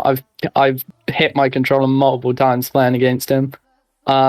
You've got FDP as well, who will do a good job at a lot of the mechanical plays, and they'll all and Seeks as well will be able to do his part, and as a whole they'll work as a team, and they'll, even if it takes them the first game to sort of feel out ready, the rest of the time they'll be able to adapt and play. But they've played each other before, I know that for a fact, so it'll be whether they can use the prior knowledge, which I believe Oxford Brooks will 100% use, because we're Oxford Brooks, we're pretty sick, and we should hopefully be able to slam them. Well, there we go. We've had our pitch. That's the pitch from General. I will leave it, I think, to... Who am I going to go with first? Do I be cruel? I might be cruel. eJam, your prediction first, please, for this final series of the night. Oh, at first I was just going to go with the Reading side, but hearing that Aaron has, in your face, demoing you the whole time, I think that's going to play into a huge advantage. So you know what? I'm actually now swayed towards this Oxford side, because demos caused a lot of problems to Reading earlier. And Reading, I still think, will score goals, have a lot of pressure. But if, General Jaw, he sold me. I'm sold quite easily, as we found out with Sir last week as well. I'm sold on Oxford. I don't think it's going to be a sweep, so I'm going to go with 4-2. Excellent start. General Draw, I'll throw it to you next. Obviously, I can have a guess at who you think might win. Can I tempt you on a score prediction? Well, score-wise, 3-0 Oxford Brooks. I would like it to be. But I also would like it to still be a good game. So, personally, I'm going either 3-1 or 3-2 to Oxford. Interesting. 4-3 or, 4-0 or 4-3, depending. So, I think I do believe Oxford can win this, and I think they will. Excellent stuff. Dragon, our hype man's done a good job. He's got through to our desk so far. Are you going to join the train? I was thinking for a moment, can Oxford Brooks really finish their dinner if they're up 3-0? Yes. I think seeing is believing. I think seeing is believing for this series. We've seen Reading tonight. We've seen them play well. We've seen them struggle against demos. Yeah. The question that will hang above them is whether this Aaron guy can really pull them off at the right times. I'm sort of picking that up as, is there going to be a problem with overcommitting? Is Reading just going to make the most of the situation they get into and just slam it back upfield and just not be phased by these demos in the end? They've already had demos played against them tonight. Is it going to be a problem now? Yes. I actually have been sold a little bit on what General Draw has been saying. I think if Aaron's able to pull off these demos, maybe target out Booth if he's playing at this time, yes, Oxford Brooks are going to finish their dinner, take it 4-2 as well. Okay, well, that's a good job from the hype man, I would have to say. Unfortunately for General Jaw, I'm going to bring a little bit of balance to this desk. I mean, I did as well. Yeah, no, there was balance in that, but so far still 3 for 3 on predictions for the Brooks Vipers. So I'm going to just throw a little bit of a cautionary. I think Reading played really, really well. I'm very confident this series will be close. I think both teams have the capacity to take this to at least 6 games. I will, just to, throw a spanner in the works of a clean sweep prediction on the desk, throw us down to 3-1. I think Reading will take it. I could very much see a Game 7 coming out of this. There is, as ever, only one way to find out. General Jaw, thank you for joining us. We shall see if your prediction turns out to be right with your casters, Ejam and first, Sigmoid. Take it away.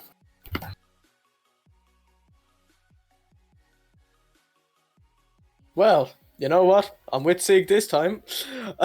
I thought I was with him earlier. I'm with Sig now. Sig, your mic is still muted, buddy. I can't hear you. He's so done if you want to come talk to me, there we go. We can hear you. Nailed it.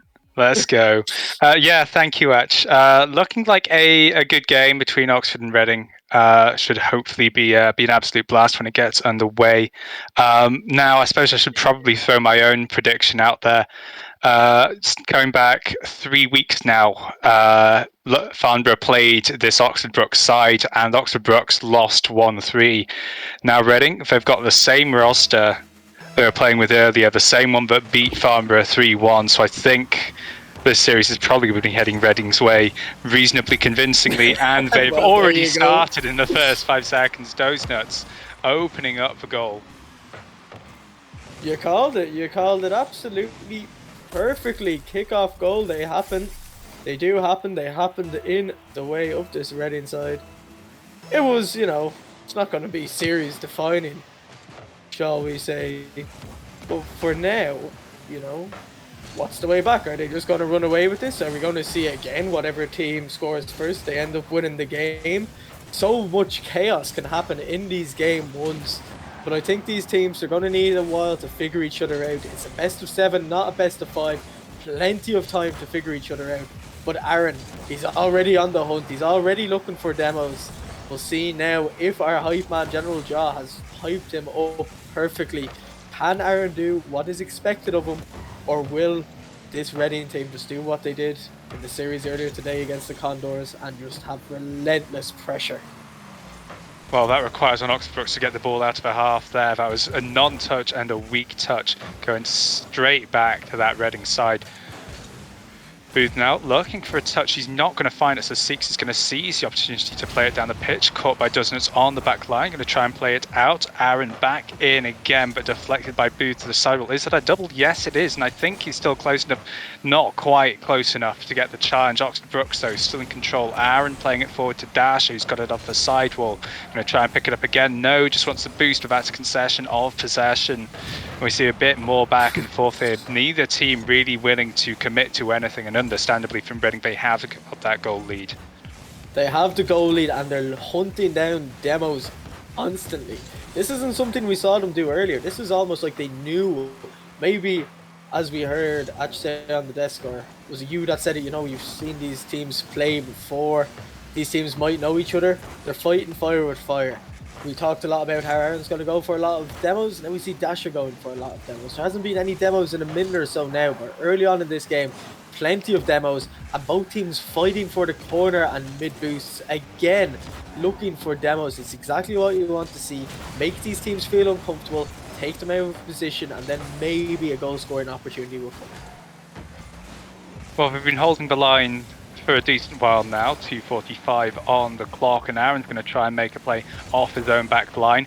Tries to flick the ball past two Reading defenders. Booth and Doesnuts caught forward. Now Dash has gone off the pitch as well. It's just Seeks. He's not getting to that ball fast enough, and Doesnuts has prevented an absolute calamity for Reading.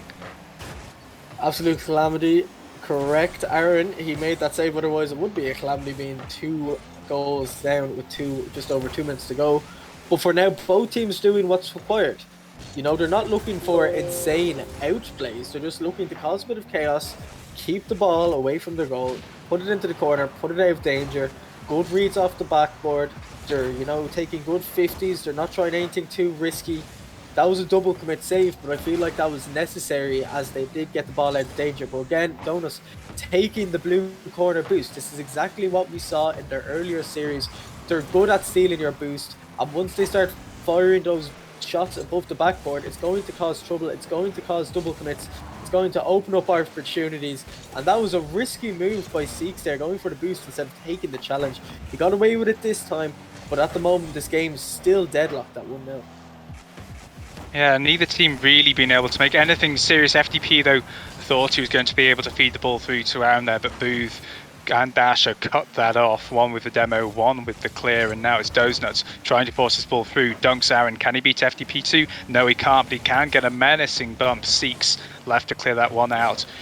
Ball though going back in, Aaron having to get out of his net and jump straight up to try and push it away, but Doesnuts, all he's going to do is feed that back in. Oxford must be stressed so much on the boost right now. FDP dipping out of that one, beats one, but it's straight to Doesnuts. Reading putting on a defensive masterclass, holding the score level for what is now over 4 minutes. As I say that, FDP puts a shot into target. Dasher with a backflip save. Aaron's there. He's going to play it down. It's deflected by the defender, but Oxford Brooks have tied it up with 45 seconds left. Yeah, Donut's going for a backflip there, causes Dasher to sort of panic on the line, and Aaron is so quick up to get that shot dropped down. It was good pressure from the Oxford side. You feel like they did maybe not actually deserve that goal, given how they were defending a lot of the time before that. But they don't care what they deserve or don't deserve. They tied this series up. And the way and how even this game has been, I wouldn't be surprised if this either ends quickly from just a very strange defensive mistake. Other than that, I think we could be looking at a very long overtime. 2 goals in 5 minutes is a low amount, it's fair to say, for two close teams. Normally wow. Okay, never mind, we both jinxed it. FDP just going to slot that one through, bounces off the near post. Always a risky place to put it because it can end up just deflecting straight out, but he has wired it in such a way that it just bounces towards a far post and all of Reading are caught off guard. Not the way I expected this first game to go, but Oxford Brooks nonetheless are looking for now, like they make takers, unless Booth has a final play to make. FDP putting the ball up, Dasher, he's put off the back, but he got bumped, and that's why the shot went off target. Doesnuts with the last opportunity maybe of this game, it's off the side. Dasher with no boost can only get a weak touch. Booth following up, it's in the box. Doesnuts turns away, turns back towards it, and he can't beat Seek, so Oxford Brooks will take game number 1 of this best of 7. Yeah, and it really finished out of nowhere. I honestly thought that these teams were just going to defend a bit, take it into overtime, but it was what I was not expecting, and that was FTP actually making a bit of a play, getting the ball in past that front post, and then finding the net. And you mentioned that team bump at the end to take the shot off target. It almost worked to actually take more power off the shot. But, accuracy obviously beating power. It didn't go in the end. That's the important thing. At Oxford, they were trailing for a majority of that game, but they found 2 goals in quick succession. And now they have that first blood. That's a bit of weight off their shoulders. It's a best of 7. There's still potentially 6 games. Another half an hour of gameplay alone left in this series. Do these teams have the stamina to go that long if the games are going to be this close and this tense the whole time? I'm sure they do, and I think Oxford has just shown it. It takes a lot of tenacity to come from behind, and to do it with such little time left is all the more impressive, I think. We're going to head into game 2 now, though. It's FTP against Booth on the kickoff. Reading are going to win it, and Dash is able to get this straight back into a box. Are we going to get another ready goal? It's still possible. Booth's keeping it in the mix. It's gone to Dozenuts and straight to the top of the goal. A few seconds longer, but nonetheless, the same scoreline. Reading 1-0. Yep. Yet again, winning the kickoff, getting that early pressure, and as a result, scoring off it. However, they did that last game, and then they didn't score for the other 4 minutes, 55 seconds of the game, see? So, they need to maybe be a little bit more creative, keep going for those demos, because you can't rely off kickoff goals, because once the kickoff's over, well, what you do, you just defend and wait for the other team to score, and then try get another kickoff goal. We saw them in the previous series they played today, an onslaught of shots. We haven't been seeing this so far today, as they almost conceded goal, doing well to keep that out in the end. But they're not looking like the same team as earlier. This Oxford team is taking them out of their system. They are causing a little bit of panic on that backboard, and it's just a case of can Oxford maybe capitalise on the panicky reactions of defenders not communicating clearly on what they want to do to get the ball out of their half. That was an opportunity for Oxford Bucks to try and equalise here, but no, it's actually played straight down the pitch. Dasher trying to pick that up in the midfield, but I think he might have used a lot of boost there. Not able to get that mid boost here, so Seeks should be able to put in the challenge there. No, Dasher is going to be able to feed it straight through. FDP catches that on the goal line, fakes the air dribble, almost gets it past Booth, and that was starting to look dangerous with Dasher so low and pressed up so far. Dasher though, I think he's regained some boost, should beat out FDP here, is able to get it over to the wall. Booth continuing on, is going to up on the wrong side of the ball though, and Aaron, that was 2 players going for it. Aaron and FDP, that was such an unnecessary double commit, and so the Oxford Brooks are going to concede again. It was Seek, sorry FDP. What an unfortunate way to let a goal go in. Got to let your team know that you're pushing on that as Seeks there.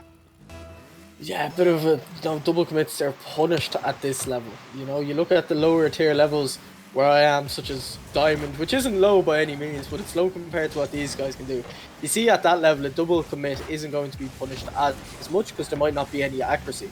However, it's nice to see Oxford being creative with their bumps there, actually almost getting an opportunity because of the threat of a bump. They're not out of this game yet, they're not giving up, and that's good to see. So many times teams will just let the head down when they're 2 goals down. Teams don't want to work for it, teams aren't hungry enough. And now while this is only a show match, it's all experience. If you can show good character to comebacks in games like this, that will come back to really help you once the uni scene sort of all opens up again. But for now, they have to try to defend this onslaught, which is beginning to show from this Reading side, which we saw them do in the earlier series against the Condors.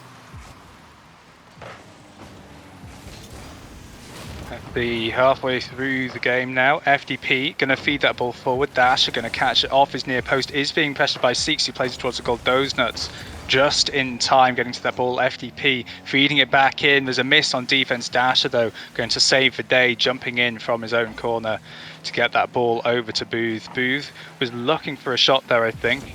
And I think another opportunity has been afforded to Reading as FDP misses that absolute sitter. Aaron was looking to play the ball high, maybe looking for a follow-up by one of his teammates, but neither of his teammates are interested, and they're just double committing on the back line right now. It's a total mess for Oxford Brooks. So I think they were so calm and collected when they were a goal down in game 1, and yet as soon as 2 have been sunk, it's a whole different story. Those Nuts going to play that one round the corner. Seeks trying to carry it around the top, but Those Nuts just going to dunk him. And that ball, it was dangerous, but Dasher not close enough to turn it into anything lethal. Yeah, nothing lethal, but they're not giving up quite yet. However, the defensive showing from this Reading side looking good, and this ball looks dangerous. The squishy save missing, and the follow-up shot missing as well. That could actually be the lifeline that this Oxford team need. Can they capitalize on that? 2 goals are dangerous. You get all the momentum when you score one, and then you find it very easy to score another. And then after scoring 2 in a row, you might think, well, you know what, why not get a third? But weak clearances like that were often punished earlier. Not now. The Oxford or the Reading team, again, their accuracy. They get so many shots on net, but they can never quite find the final target. It's a bit unlucky. However, a minute left. They have this 2-goal lead. Sig, what needs to change for this Oxford team to maybe have a fighting chance in making this series? Well, we almost created one just there. Get some awkward touches. Make the defense of Reading rethink what we're going to have to do to get in front of that ball. And then maybe an opportunity will open for them to get 2 in 30 seconds, though. It's going to be a hard task. Seeks is going to try him first. He's lobbed Booth. Dozenuts is up next. Dozenuts is going to dunk him. And both FTP are now in a way too close once again. I suppose the other part of that is they do need to tighten up on defense a lot if they want to stay competitive in this series. They do, or they just need to find that game 1 form that they have. Still, potential 5 games after this. You may as well just not call it the best of 7. It's now just the best of 5, and these were the first 2 warm-up games. So many different ways that you can look at where this series is now tied 1-1. Donuts, one last opportunity. FDP with the save, saving his team's pride from going 3 down. But this series is tied up, and again, whoever scores first doesn't actually win the game, because it happened last series, so the curse has been broken. But every time Reading seem to get a 2-goal lead and start getting their shots on target, they keep the ball in the half. They don't look like conceding any time to. They had 11 shots there, forcing out 8 saves, 6 from FBP alone. So it was a good defensive performance, but they also had a few opportunities where they could have hit the net, but instead they just hit it wide, they just hit it the crossbar and back down. There was a few clear opportunities that they just couldn't capitalize on. But I think a big difference between this and the Condors earlier is the Condors, they sort of made a lot of defensive mistakes and they capitalized them very clearly. This time they're forced to work for their goals. There's not that many defensive mistakes. They just need to try to cause panic. The Oxford side, they're not doing weak touches outside their box.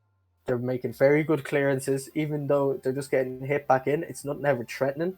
And they're dodging demos well and rotating well as a team. But Reading doing what they had to get ahead in this game. But Sig, Oxford, we saw them perform in the first game. Do you think they can do it this game, or is it just going to be another goal within 10 I seconds? hope for the series' sake they do perform, and I have no real reason to believe that they can't. Of course, players probably both thinking about the same thing right now, which is this is basically a must-win game. This is going to set the tone for the rest of the series from this point onwards. They've tied the first 2, but I think we start to see things get a little hairy as the pressure comes in, and Oxford Brooks are the ones to open right off the bat this time.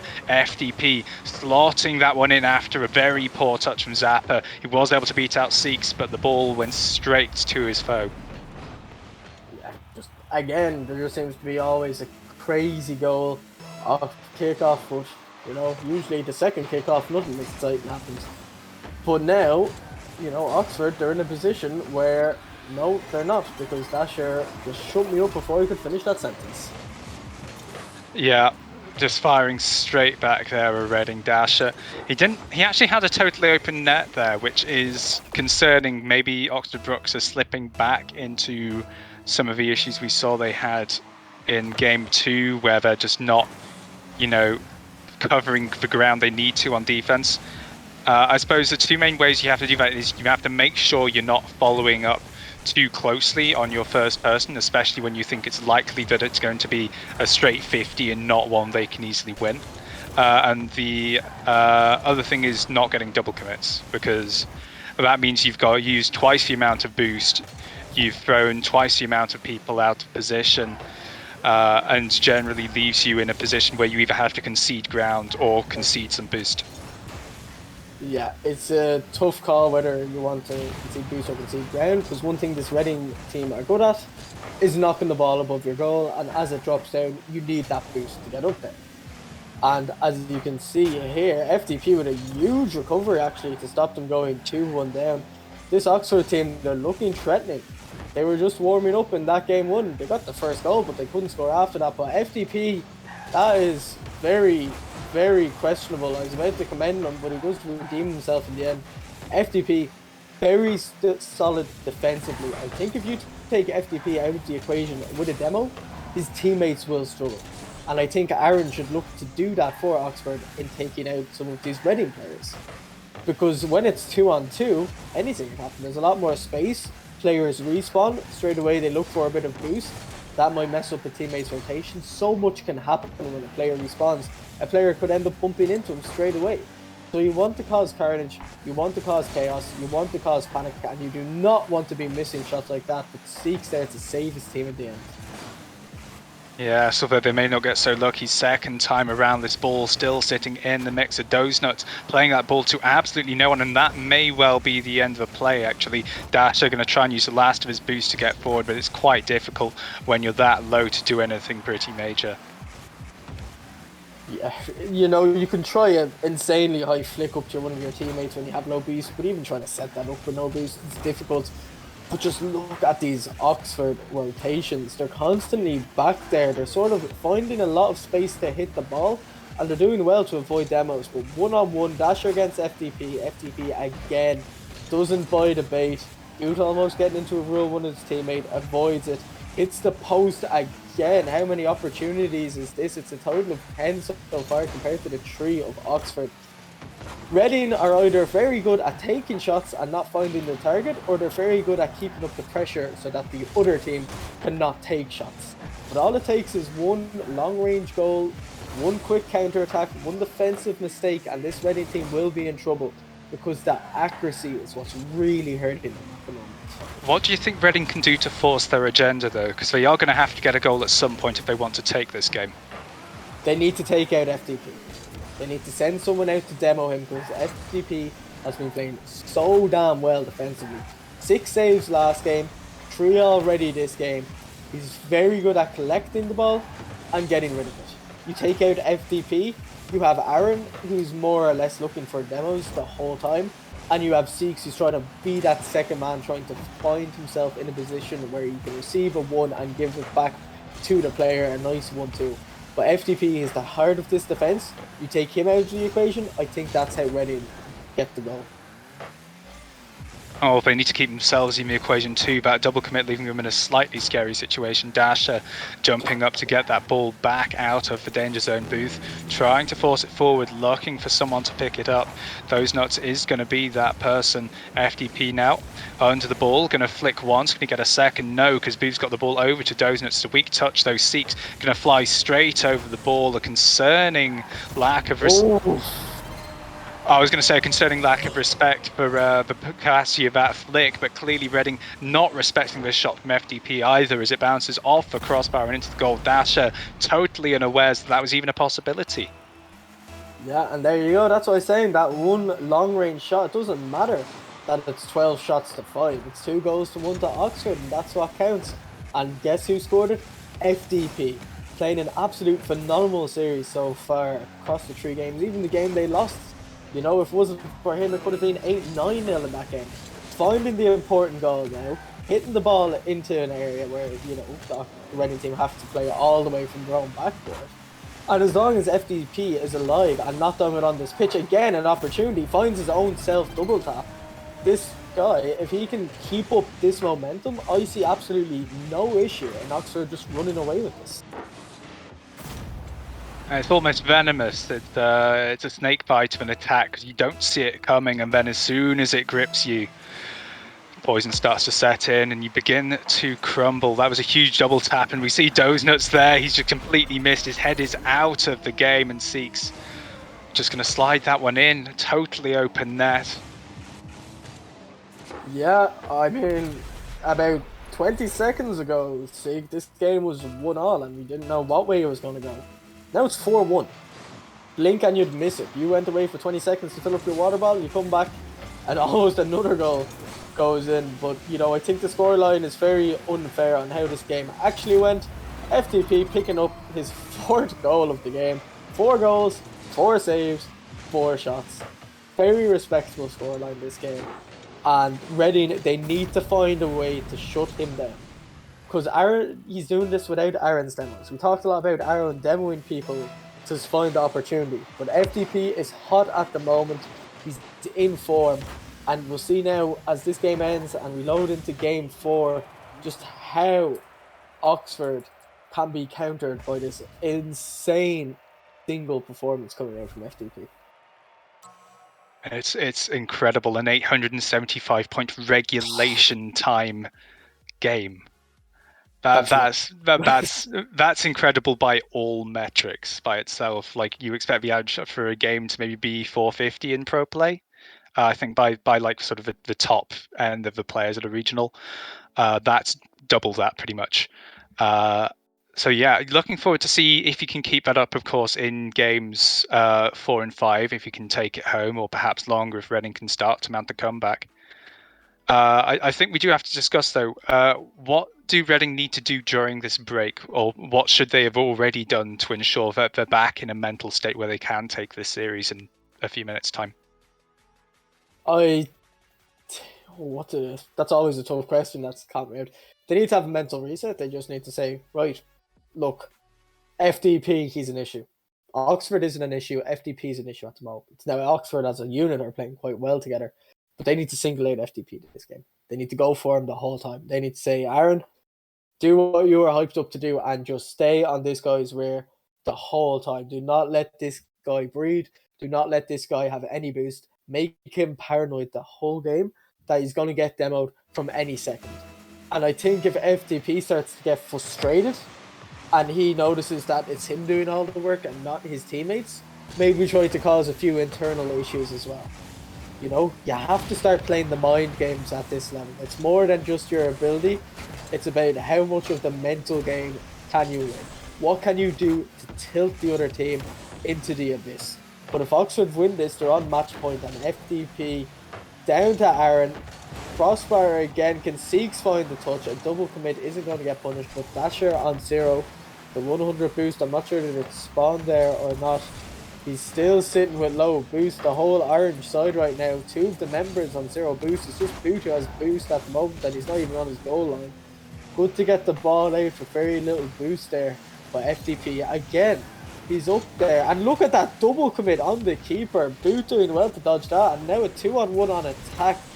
But again, quick defensive rotation. And that's scary if you're trying to defend that, seeing 2 players drive at you like that. Yeah, but Reading seem undeterred. They seem to have regained some of their resolve from last time. And Booth is going to try and fire that one straight to the goal. FDP getting the first save at Booth is going to finish it off. And it's like you said, FDP continuing to do a lot of work. We see both his teammates, Aaron and Seeks, flying straight through there, not getting any touches on the ball. And it was just him doing the work that he could, and it wasn't enough. It wasn't quite enough there. It was a good initial save. I'm not really sure he could have put that anywhere else really without the ball ending up in the back of the net. So all credit is due. He missed his wave dash there. As a result, Boot able to get there nice and quick. Again though, they're just leaving FDP untouched. It's not working. They need to shut this guy down. An opportunity for him to get it into the box now. He missed. A rare mistake, and now Reading, they're quick on the counter attack. They're good at throwing in shots on net. If they can just try to survive the FDP onslaught, I think they do quite well. But that was a beautiful demo from Aaron there. And again, another one onto Dasher. Oxford side, they're getting aggressive on this Reading team, even though Reading are winning. I think Reading will be the one making these plays to defend. But you know, it still feels like Oxford are going to be the next team to score in this game. Hold up, I think FDP has something to say about that. That was just planting that ball in the top right, flicks the ball up by rotating his car backwards in the air, flips his car over and taps it back down with the bonnet. Everyone on Reading left totally confused, and we've seen how this has gone before. Oxford Brook starting a comeback, and then they press for advantage as soon as they get it.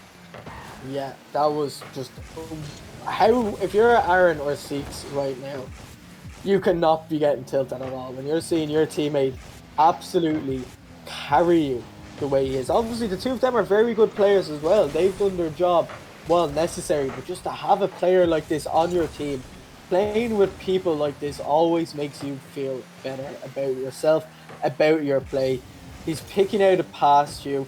He's opening an opportunity to you with you with a demo. He's there to save you. He's there to pick the ball up on his car and make it all happen by himself when he needs to. A brilliant performance from this player. And people often, they said it last week when I was hyping up Lady Penelope so much, but FDP I feel like is having that sort of Lady Penelope playstyle where if you can just do all of this by yourself, your teammates can have an off game because you're going to be the player that's going to make it look like they're playing perfectly normal.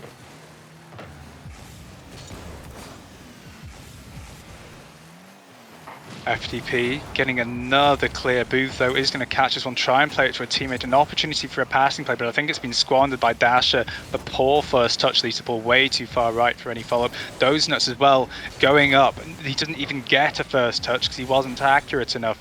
I think if he did get on, it would have been way too high. Seeks though, the lethal counter-attack, just going to fire that ball straight back down the pit, and it's going to bounce it off the crossbar into the left side. So hard to read when it bounces off one of those 90-degree angles.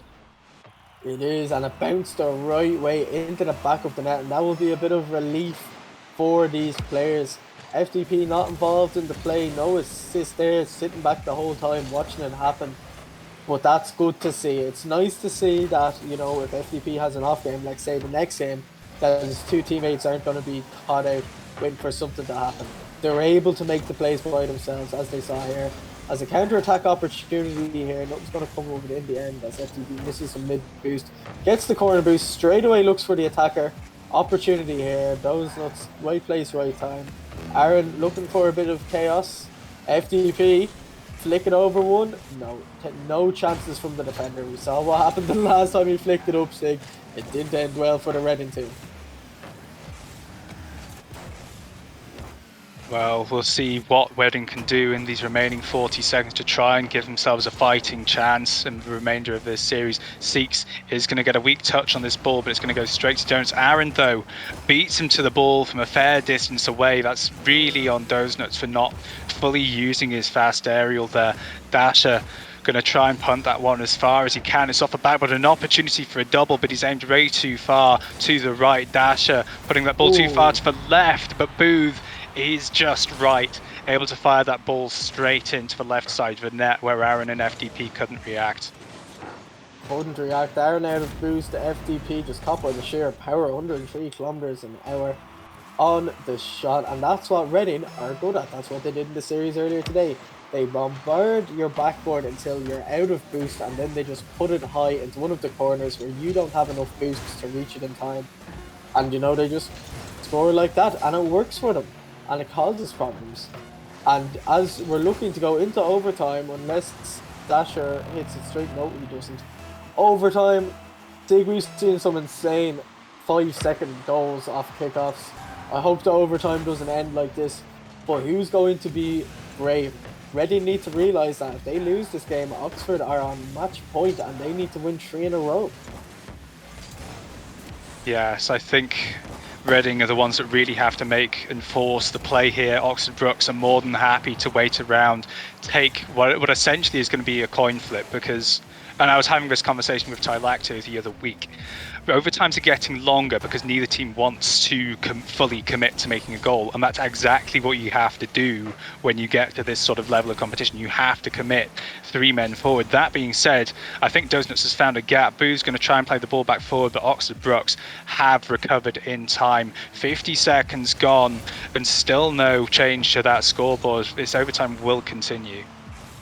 The overtime continues, and as caster Sigs, this is when it gets so intense for us. We almost don't want to speak because we're just waiting for something to happen. When the clock counts down, we know that, right, the team has 30 seconds left. We know they're going to be firing players forward to maybe try and get one last goal opportunity. But that's a nice bump in the net, and Aaron capitalising perfect. Keep an eye out on this FDP straight into the net. forces the defender into an awful position and taking Oxford to series point 3-1 up. Reading are in an awful position now where they need to win 3 in a row, which is a tall order for any team at any level. Yeah, it's hard to play when you can't read the plays, but Reading probably did read that one coming and didn't quite manage to get the block in time. Of course, Donuts did have to roll onto that inside post, and from there, it's very hard to get out because you have to jump away from it, really, if you want to get any real distance, or you can just boost out and keep your flip, but it is slightly more awkward to do and gives you less capacity in terms of what sort of options you have on the ball. You end up playing the same place in a very readable position. Yeah, as I accidentally joined a team there. I guess I just want to be part of the action too. Sick. These players are having fun. I'm having fun casting. It's always different when you're playing, though. I'm not sure you can handle the pressure that these two teams has. Aaron with a big dunk, and they're now 4 minutes and 57 seconds away from taking this series. But that was a very long time when you're playing Rocket League.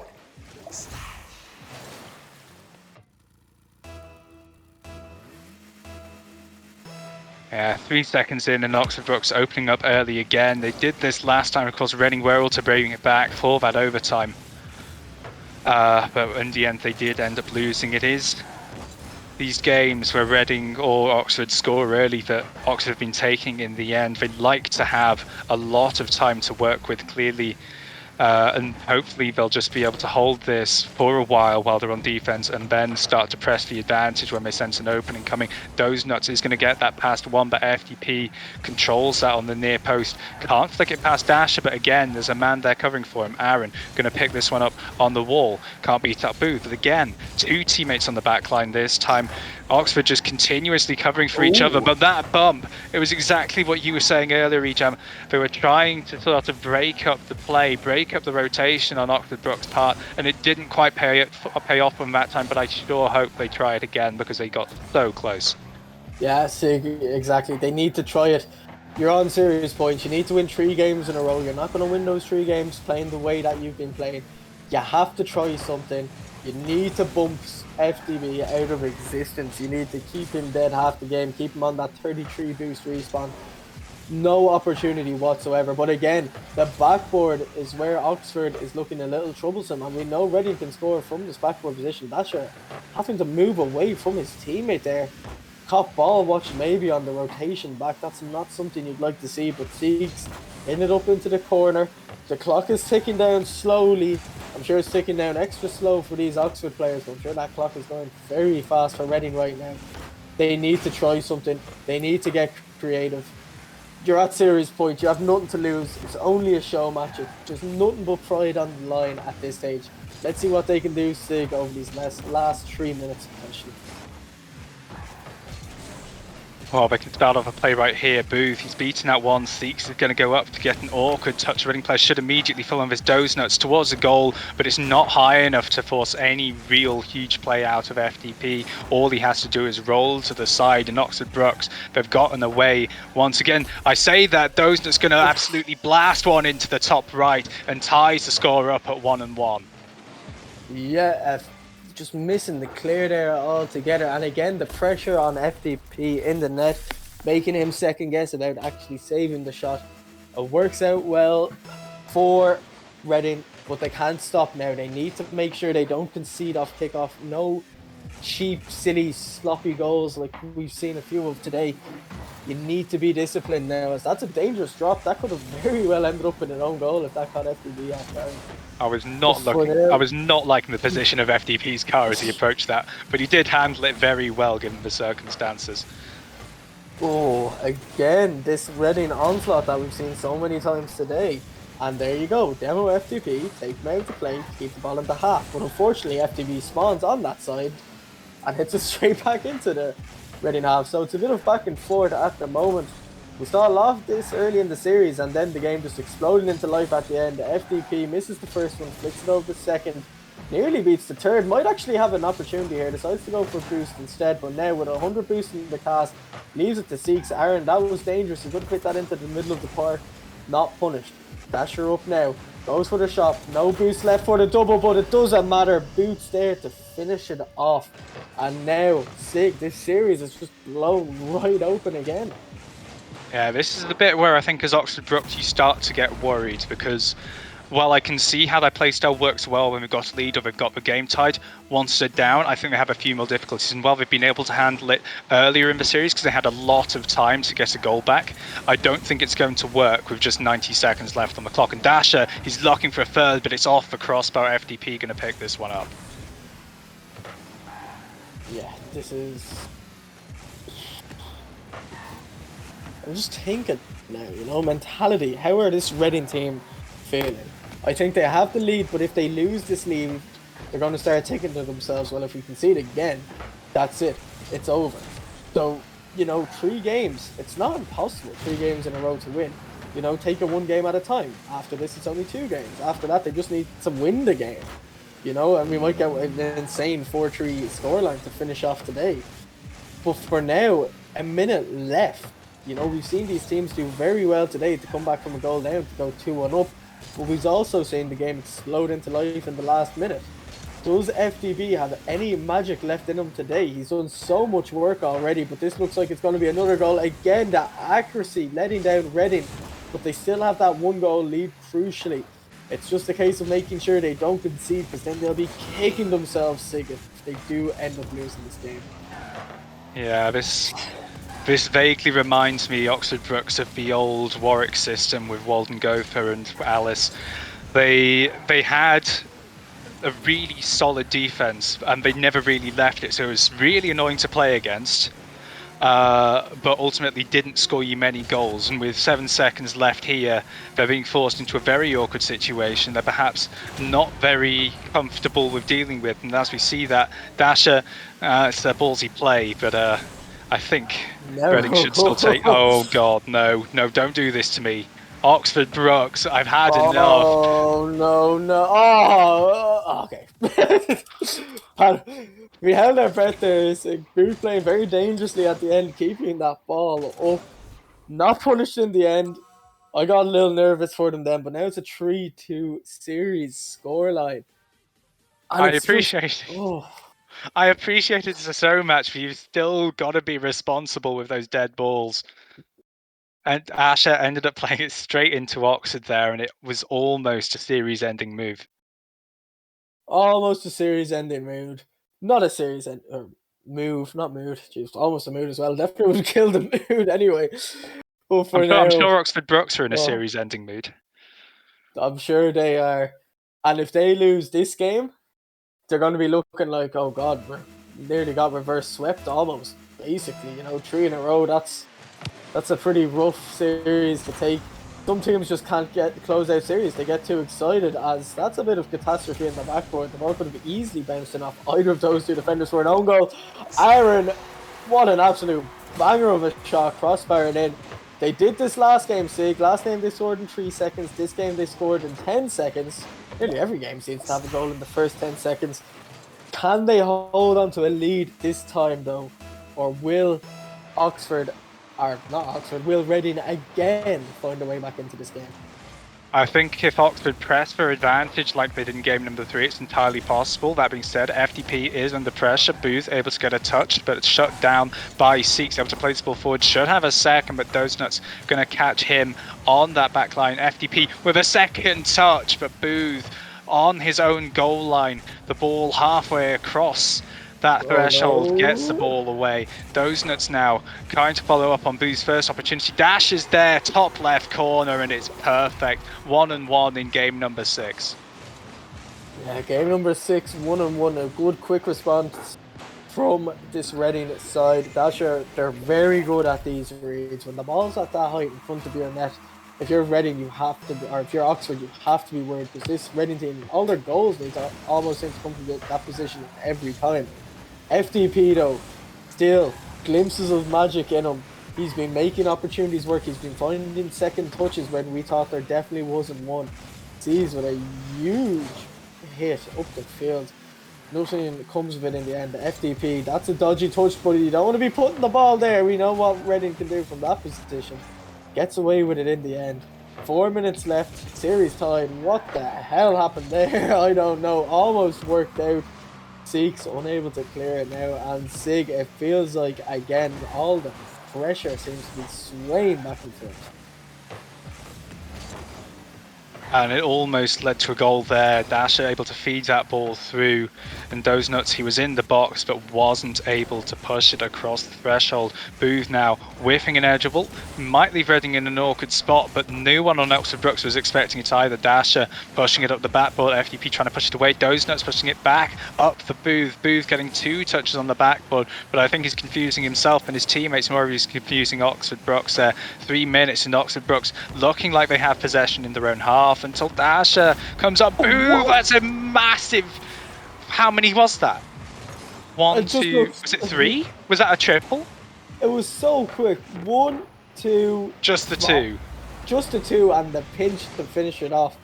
But that was insane control. Most, so many times there you see the ball just get launched up in the air, the pinch going down instead of up. And now if you're Oxford, you're really worried. You have 3 games to close out this series. This is the second game and you're 2-1, almost 3-1 down. Make that 3-1 now. Dasher finishing it off. And if you're Oxford, you have to be worried. But if you're Reading, you are absolutely loving this. And if you're Atch, you are definitely happy where you are right now. Because you're the only one who predicted the scoreline. Yes, I was somewhat confident in Reading before this series. The first 4 games may have convinced me otherwise. I probably would have changed my prediction if you gave me the opportunity. But that's true. I'll pretend I stayed faithful throughout. For the broadcast, Dasher should be picking this one up in a second, try and force a fourth. And it's very much like Game 3, where as soon as Oxford Brooks took an advantage, they were able to keep fighting and keep pushing on it. But it seems until they get a comfortable 2-goal lead, they're totally unwilling to do that. Maybe they need to let some of that aggression out of the box again. Try and secure some of these goals as Seeks goes straight up that ball. I'm not sure he thought he had a chance at that one, but he did need to pre-jump the Reading offense to try and get them to make some sort of mistake, play the ball straight to one of the Brooks defenders maybe. Maybe.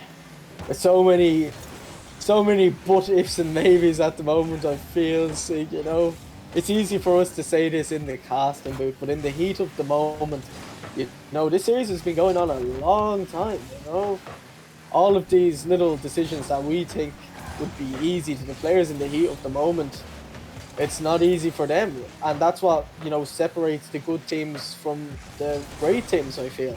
How do you perform under pressure? How do you perform when the 2 teams are so evenly matched? By the way this is going, so we're looking at a game 7.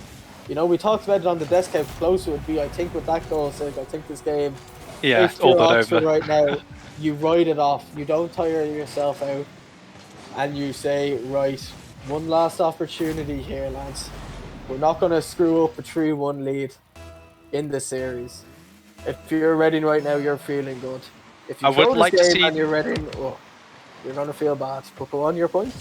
Yeah, I was going to say, they've got 83 seconds here. I would at least like to see them use this to try something new. It doesn't have to work. It could go terribly wrong and cause them to concede 2 goals maybe. But it doesn't matter because this game should be, in their heads, a write-off already. Yeah, maybe just try to go for the demo plays again. The demos have, I think, gotten significantly quieter as the series has gone on. And I love Game 7s. And the reason I love Game 7s is because it's like an overtime. Where no team, as you mentioned, talking to Lacto, no team wants to take risks. Because everything comes down to this game. We saw Reading. They took some risks. And it worked for them. They've clawed their way back into the series, which is looking very dire for them. And a best of 7. The 7th game can go 2 ways. It can either be an insane 0-0 draw where both teams had so many opportunities but nothing could go in the end, and that is a defensive catastrophe. And if there was any hope of a comeback, it's all gone. 1 miss, 2 miss, 3 misses. Booth saying thank you very much. It's not an important goal. This game was already done a minute ago or so. But I'm nervous. I'm nervous for the players' sake. Even as casters, I feel like we get a little intense casting a best of 7 in the 7th game because you just don't know what's going to happen. these players, there's nothing on the line. It's a show match. It's nothing but pride. But you definitely do not want to be finishing off your competitive games losing at best of 7. Especially, you look at two sides of the coin. First side of the coin is one team had a 3-1 lead and they ended up messing up that 3-1 lead and losing 4-3. The other side of the coin is you were 3-1 down, you bring it back to 3-0, and then you just lose it all in the last game. So both teams, a lot on the line to lose right now. Oxford not readying up. I hope they're having a chat. I hope they're saying, look, we need to fix something. We need to get Aaron demoing Boot again, because Boot has been stepping up big time for Reading now in the last few games. And again, Reading, all of the shots, 11 that game again. You can always rely on Reading to have a lot of shots. But we'll just see how it goes. Sig, how do you think the final series, the final game is going to go?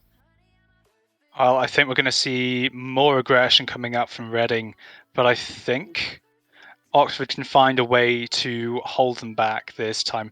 I'm not quite sure how they do it. Maybe they need to run some of their own counter interruption, maybe adjust better to some of the demos we've been seeing coming through more recently from Reading. But I think if they can start to handle that, it's very much their game to win. We'll see now as the players load into game for the final time today. What a way to finish off a banging day of Rocket League. Some great games, whether it was the uni show matches or the high school and uni show matches. There's been some great performances across many teams, many players today. I think this game is going to be FTP versus Boot personally. We've seen a kickoff goal or a goal within the first 10 seconds of nearly every game so far today. Strangely enough, none this time. Caster Curse, there you have it, folks. It's real. We do have that power, despite what people say. But I wouldn't say we're fully beyond the kickoff thing. Okay, we are now. We are now. Seek's going to get that ball to the halfway line. You had me worried for a long while. Booth, though, going to try and slot that one in. Was on target until Aaron played that away to the corner. And the immediate follow-up from Dash is going to get shut down by FDP, and it's Seek's on the sidewall trying to follow up. Loses that 50 only for Aaron to pick it up again. And Reading, I think we're going to struggle to get this ball away so long as the Oxford Brooks players keep themselves plastered to the opposite side of that ball. Eventually, they do have to release that iron-like clasp on the ball, though. And that's a mistake from Oxford Brooks as well on the back line. Not looking so composed on defense right now, which is where they looked so comfortable for the first 4 series. That being said, you can't be missing those, Aaron. He's the star. As far as I was concerned, he was the captain, the leader of this team. And he's just missed an absolute sitter by trying to send it all the way home. How much is that going to hurt? You're already just lost the last 2 games in a row. You had them on series points for so long. You haven't scored in ages. All of their goals in the last 3 games have come from kickoff at the very start of the game. And now they're on a goal drought of at least 6-7 minutes. They haven't been able to find this Reading net at all. But Reading, they're playing so well defensively. But the game is still deadlocked. Who's going to take that risk? Who's going to be the hero for their team as donuts? How close was that? Both teams coming so agonizingly close to putting their teams in the lead, but still the scoreboard remains 0-0. FTP is going to try and end that here. Shut down by Dasher and McCord. It's Reading who have control once again. Neither team really able to get a real opportunity. We've seen both sides have close attempts. Of course, that crossbar down miss and the open net sitter from Aaron Dozens, though. No, it's wide again. Both teams, I think, starting to feel the pressure, starting to sense the real gravity of what this is they're playing. This is the Varsity. There's stuff on the line, pride, regional glory, and it's Dozenuts which is going to seize that for himself as Reading take the lead in Game 7 of this final Varsity. That just looks so scrappy, but the defenders getting in all on top of each other. Reading know that as soon as that ball drops down in front of your goal, there's going to be panic. There's not going to be clear communication, and they got that there. And they scored right on the halfway point. Half this game left. FDP, oh no, you have to feel like they have to score at least one of these before they eventually just give up. Nothing's going right for this Oxford game, this game. as a missed bump as well. They have all the pressure now. Another ball in field, can't quite find the Doomsday dish. But honestly, Sig, you feel bad for these Oxford players. They've had so many opportunities, but just can't seem to find the net. Well, they have an opportunity here, I think. The ball coming off a ceiling to FDP. Does he have a second dunk? No, he doesn't. Boo's going to play that right over top to Dasher. It's off the backboard. Who's diving in? It's Doze Nuts. It's off the backboard, but he's not got enough boost to follow up. Booth might, though. And it's wide. Reading, the backboard and the posts, plaguing them once again. They're not able to finish it off, and that may provide Oxford Brookes with exactly the opportunity they need to get an equaliser. Yeah, as one might come here, but the backboard clears too little too late. That's an absolute banger, and oh my god, how many times is this? I'm gonna lose my mind out here, Ejam. I would be. Wait, please, raging. Aaron. Oh, there's Doze Nuts. Oh my god, how many times can a team hit the post before it goes in? They're so unlucky. This is a game of inches. You don't even realize it. Oh, I feel awful for this Oxford team. They have a minute to maybe, just maybe claw back a goal, but the way their luck's been this game, who knows if that's going to happen. They need someone to step up. Who's going to be their hometown hero? Who's going to be the legend of this series? You feel like they have to score. Seeks gets it down, good defensive response, and 35 seconds, Sig, I'm going to let you pop off with the caster. Oh, it's time, baby. Booth going to launch that one off a corner. He's not got a follow-up because Seek's going to play it straight back to him. He's taking his time on the corner, going to flick this ball forward. Gets it under Aaron, but it's played away by the final Oxford Brookes defender. Seek's now with 15 seconds. Ball's forced back to FDP. It's off the backboard. What's Aaron looking to do? He's up. He's tapped the ball down. Seeks is going to get there first. He gets a block. Someone needs to get back on this from Oxford Brookes, but Booth, he's going to play it over one. Doze Nuts off the wall. He's still got it. FDP going to keep it up. But it's a dead ball if Reading wants it, but Booth, he's looking for glory. It's towards the goal, and that is it. Reading have won the Southern Varsity. Oh, that was so unlucky for Oxford. That is absolutely tragic. Sig, I just feel so bad. I'm almost upset after that. Okay, Ejam, you'll get over it in time. I'll get over it in time, but I believe actually we're going to be joined by Dasher. I think he got lost earlier, but I think. Apparently Dasher got lost earlier, and so has Ejam. So we'll return after a short break. We'll return after a short break with Dasher. See you. I lost my darling, where were you when my heart was on the ground? I thought time would prove that you would stick around. I guess time stood still, a king without his crown. Now I'm breaking and you're faking, girl. You never made a sound.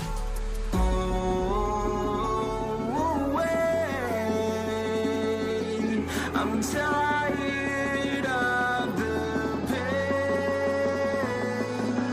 Go away. I'm driving yesterday.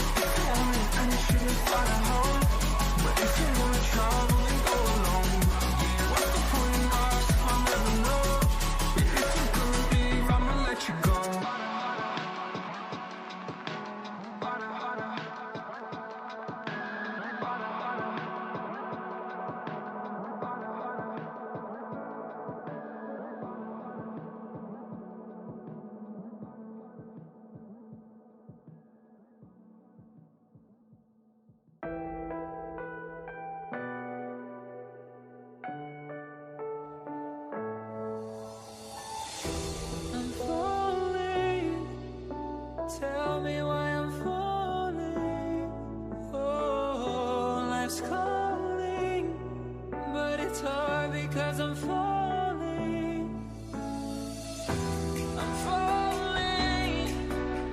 Tell me why I'm falling. Oh, life's calling, but it's all because I'm falling. Falling, falling, falling,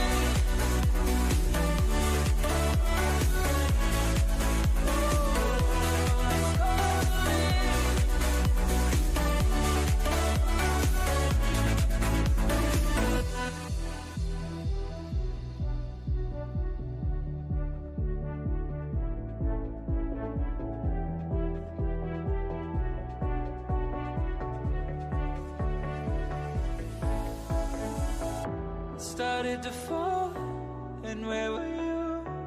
How could I know you were falling too? Grabbing the wind, cutting my skin, but it's hard because I'm falling. Tell me why I'm falling. Oh, life's calling, but it's hard because I'm falling.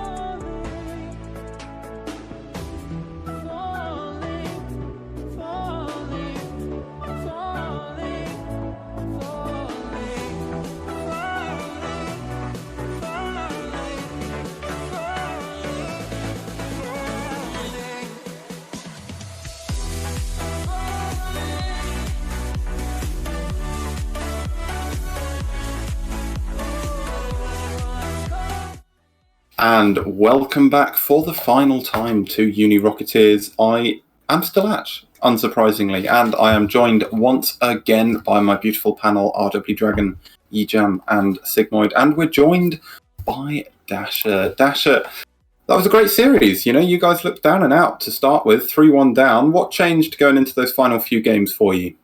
I think we just noticed, because we've played Oxford like quite a few times before, but we noticed that they just started to just hammer us. They just kept going and going. There was no just ball chasing galore, and we just know we're like, we can beat them. We're just faster than them, so we just up the pace, and it worked out in the end. I was going to say you guys really struggled in those first few games. I guess you worked out what went wrong in the end. But do you have any praise towards the Oxford boys for the performance they put on this evening? Oh, absolutely, 100%. They have like got up 3 steps since we last played them. Like, we honestly we didn't think we were going to just like 4-0 them, no problems had. But we've played them before, and it's not really been the biggest deal for us. But no, they've massively stepped up since we last played them. They played insanely well. GG's to them. Something I've noticed, Dasher, during that game, or during your 2 sets today, actually, is you constantly bombarded that backboard, and it just always seemed to work out for you in the end. Is that something you've planned on doing? Was that your game plan the whole time, or is it just something that worked out for you? Because you were racking up so many shots a game. Like, there was a game earlier, you rallied 19 shots on the Condor's net. Is that something you planned on doing, or did it just work for you today? It just happens to work, but teams just don't defend their backboard, and you see what happens when they don't defend their backboard. We just get the ball back. We just keep going and going until it eventually goes in, and that's what happened. So. And Booth is one of the players who's been around for quite a while in University Rocket League. I'm not sure how long you've been around with Reading, but Booth must be here sort of, is kind of a veteran in the scene. What's it like kind of having a veteran guy with University Rocket League sort of being on the team with you? What sort of effect does that have? Well, I mean, I've only been here. This is my first year here. But I don't really think it just changes too much. It's just, whether it's NSC, whether it's this Uni Rocketeers, or new, or whatever it is, it's just, we're in a game of Rocket League, we're playing together, and we're there to win, and that's all it really is. Obviously, he's got the experience of, like, stream games, but when it comes to it, it's just who plays better on the day, and we play well as a team. You certainly did that today. Dasher, thank you very much. Congratulations on your not one but 2 victories this evening. We look forward to seeing you more in the future. Thank you. Guys, we're done. Another fantastic evening of Rocket League. We've had 2 schools versus university show matches. We've had 2 university varsity matches. They've been a pretty good show. Sig, I think you'd agree that we've had some top-tier Rocket League on display tonight. Yeah, top tier both in the high school and university show matches and the varsities. A brilliant showing from everyone, and really hyping me up for both the University Summer Series and the high school finals and the showdown, which will be on Uni Rocketeers on the 27th and 29th of July. Look at that. He's done my promo for me. He's well ahead of the game. Look at him go. Ejam, like Sig said, you know, it's a great sign for the scene going forward that we're seeing such high quality Rocket League all through here. I'm going to throw your own question back at you. I would like you to nominate a player of the day. I hate you, man. I don't appreciate that question one bit, but I threw it at you constantly. I am going to throw it back, and honestly, I think I'm going to give it to Boot from the reading your plays, the red inside there. I think phenomenal performance coming out. I think just the first series of Dave's on picking up a lot, and then those last 3 games in particular when they were 3-1 down. I was talking about FDM really stepping up in the team that Oxford were winning, but then in the games where Reading came back, it was Boot playing absolutely phenomenal. So, answer to your question, Boot. Excellent stuff, RW. It was a great comeback in that final series, and it shows just, you know, how much the sort of mental game, I think, has elevated in particular over the recent seasons in the uni scene. It's the kind of depth that we haven't seen. You know, these teams put on such a fantastic display for us tonight, and some of them not really even figures in the National League contention yet. You know, we haven't seen much of them. It's new teams popping up all the time, real challenge. The old teams need to keep their eyes firmly just behind them. I mean, yeah, I'll be honest. That's why I asked the question about having a veteran like Booth on your team. The mental part of the game is massive. And I think as people start to join the university scene, sort of grow up with it, go through their university time playing this game, it really helps you mature, especially within the game of Rocket League. It helps you sort of calm down, relax, recognize that the team's not all about yourself. It's about being part of a group and knowing that you can trust the guy to your left and your right on the kickoff. So, really, I do agree. The teams up at the top really need to watch themselves. I mean, we've had teams like Leeds Beckett who have grinded themselves to the bone to actually get to the point where they're in the top section of EURC this season. They've managed to fight their way up into National League contention. These teams that will work together, grow that mentality and grow that chemistry as a team are the ones that are going to be shocking us next split and over the summer. Yeah, I could not agree more. You know, guys, it's been so brilliant over these past few weeks as well to see these high school Rocket League players come out and show us just what we've got to look forward to in the university scene going forward. You know, a lot of these guys, I believe, leaving this year. Certainly most of them will have been in the uni scene by this time next year. So great news all round for everyone, you know. Promising talent coming through, a strong and ever expanding display of talent from those already in the university scene. Enough talent, I think, for us to call it a night. We've seen some fantastic games tonight. It's been great. Guys, thank you so much for joining me on this journey. We've had RW, Sig and Ejam, my lovely faithful panel. We had Zapper on earlier. Thank you to all our producers, stream admins, all of these people. We couldn't do it without them. And thank you to everyone at home for watching. We will catch you very, very soon on Uni Rocketeers for qualifiers for Summer Series 4. Like Sig said, we've got showdown matches. We've got all sorts going on. You do not want to miss it. So that'll do from tonight, but we will be back very, very soon. Have a great evening.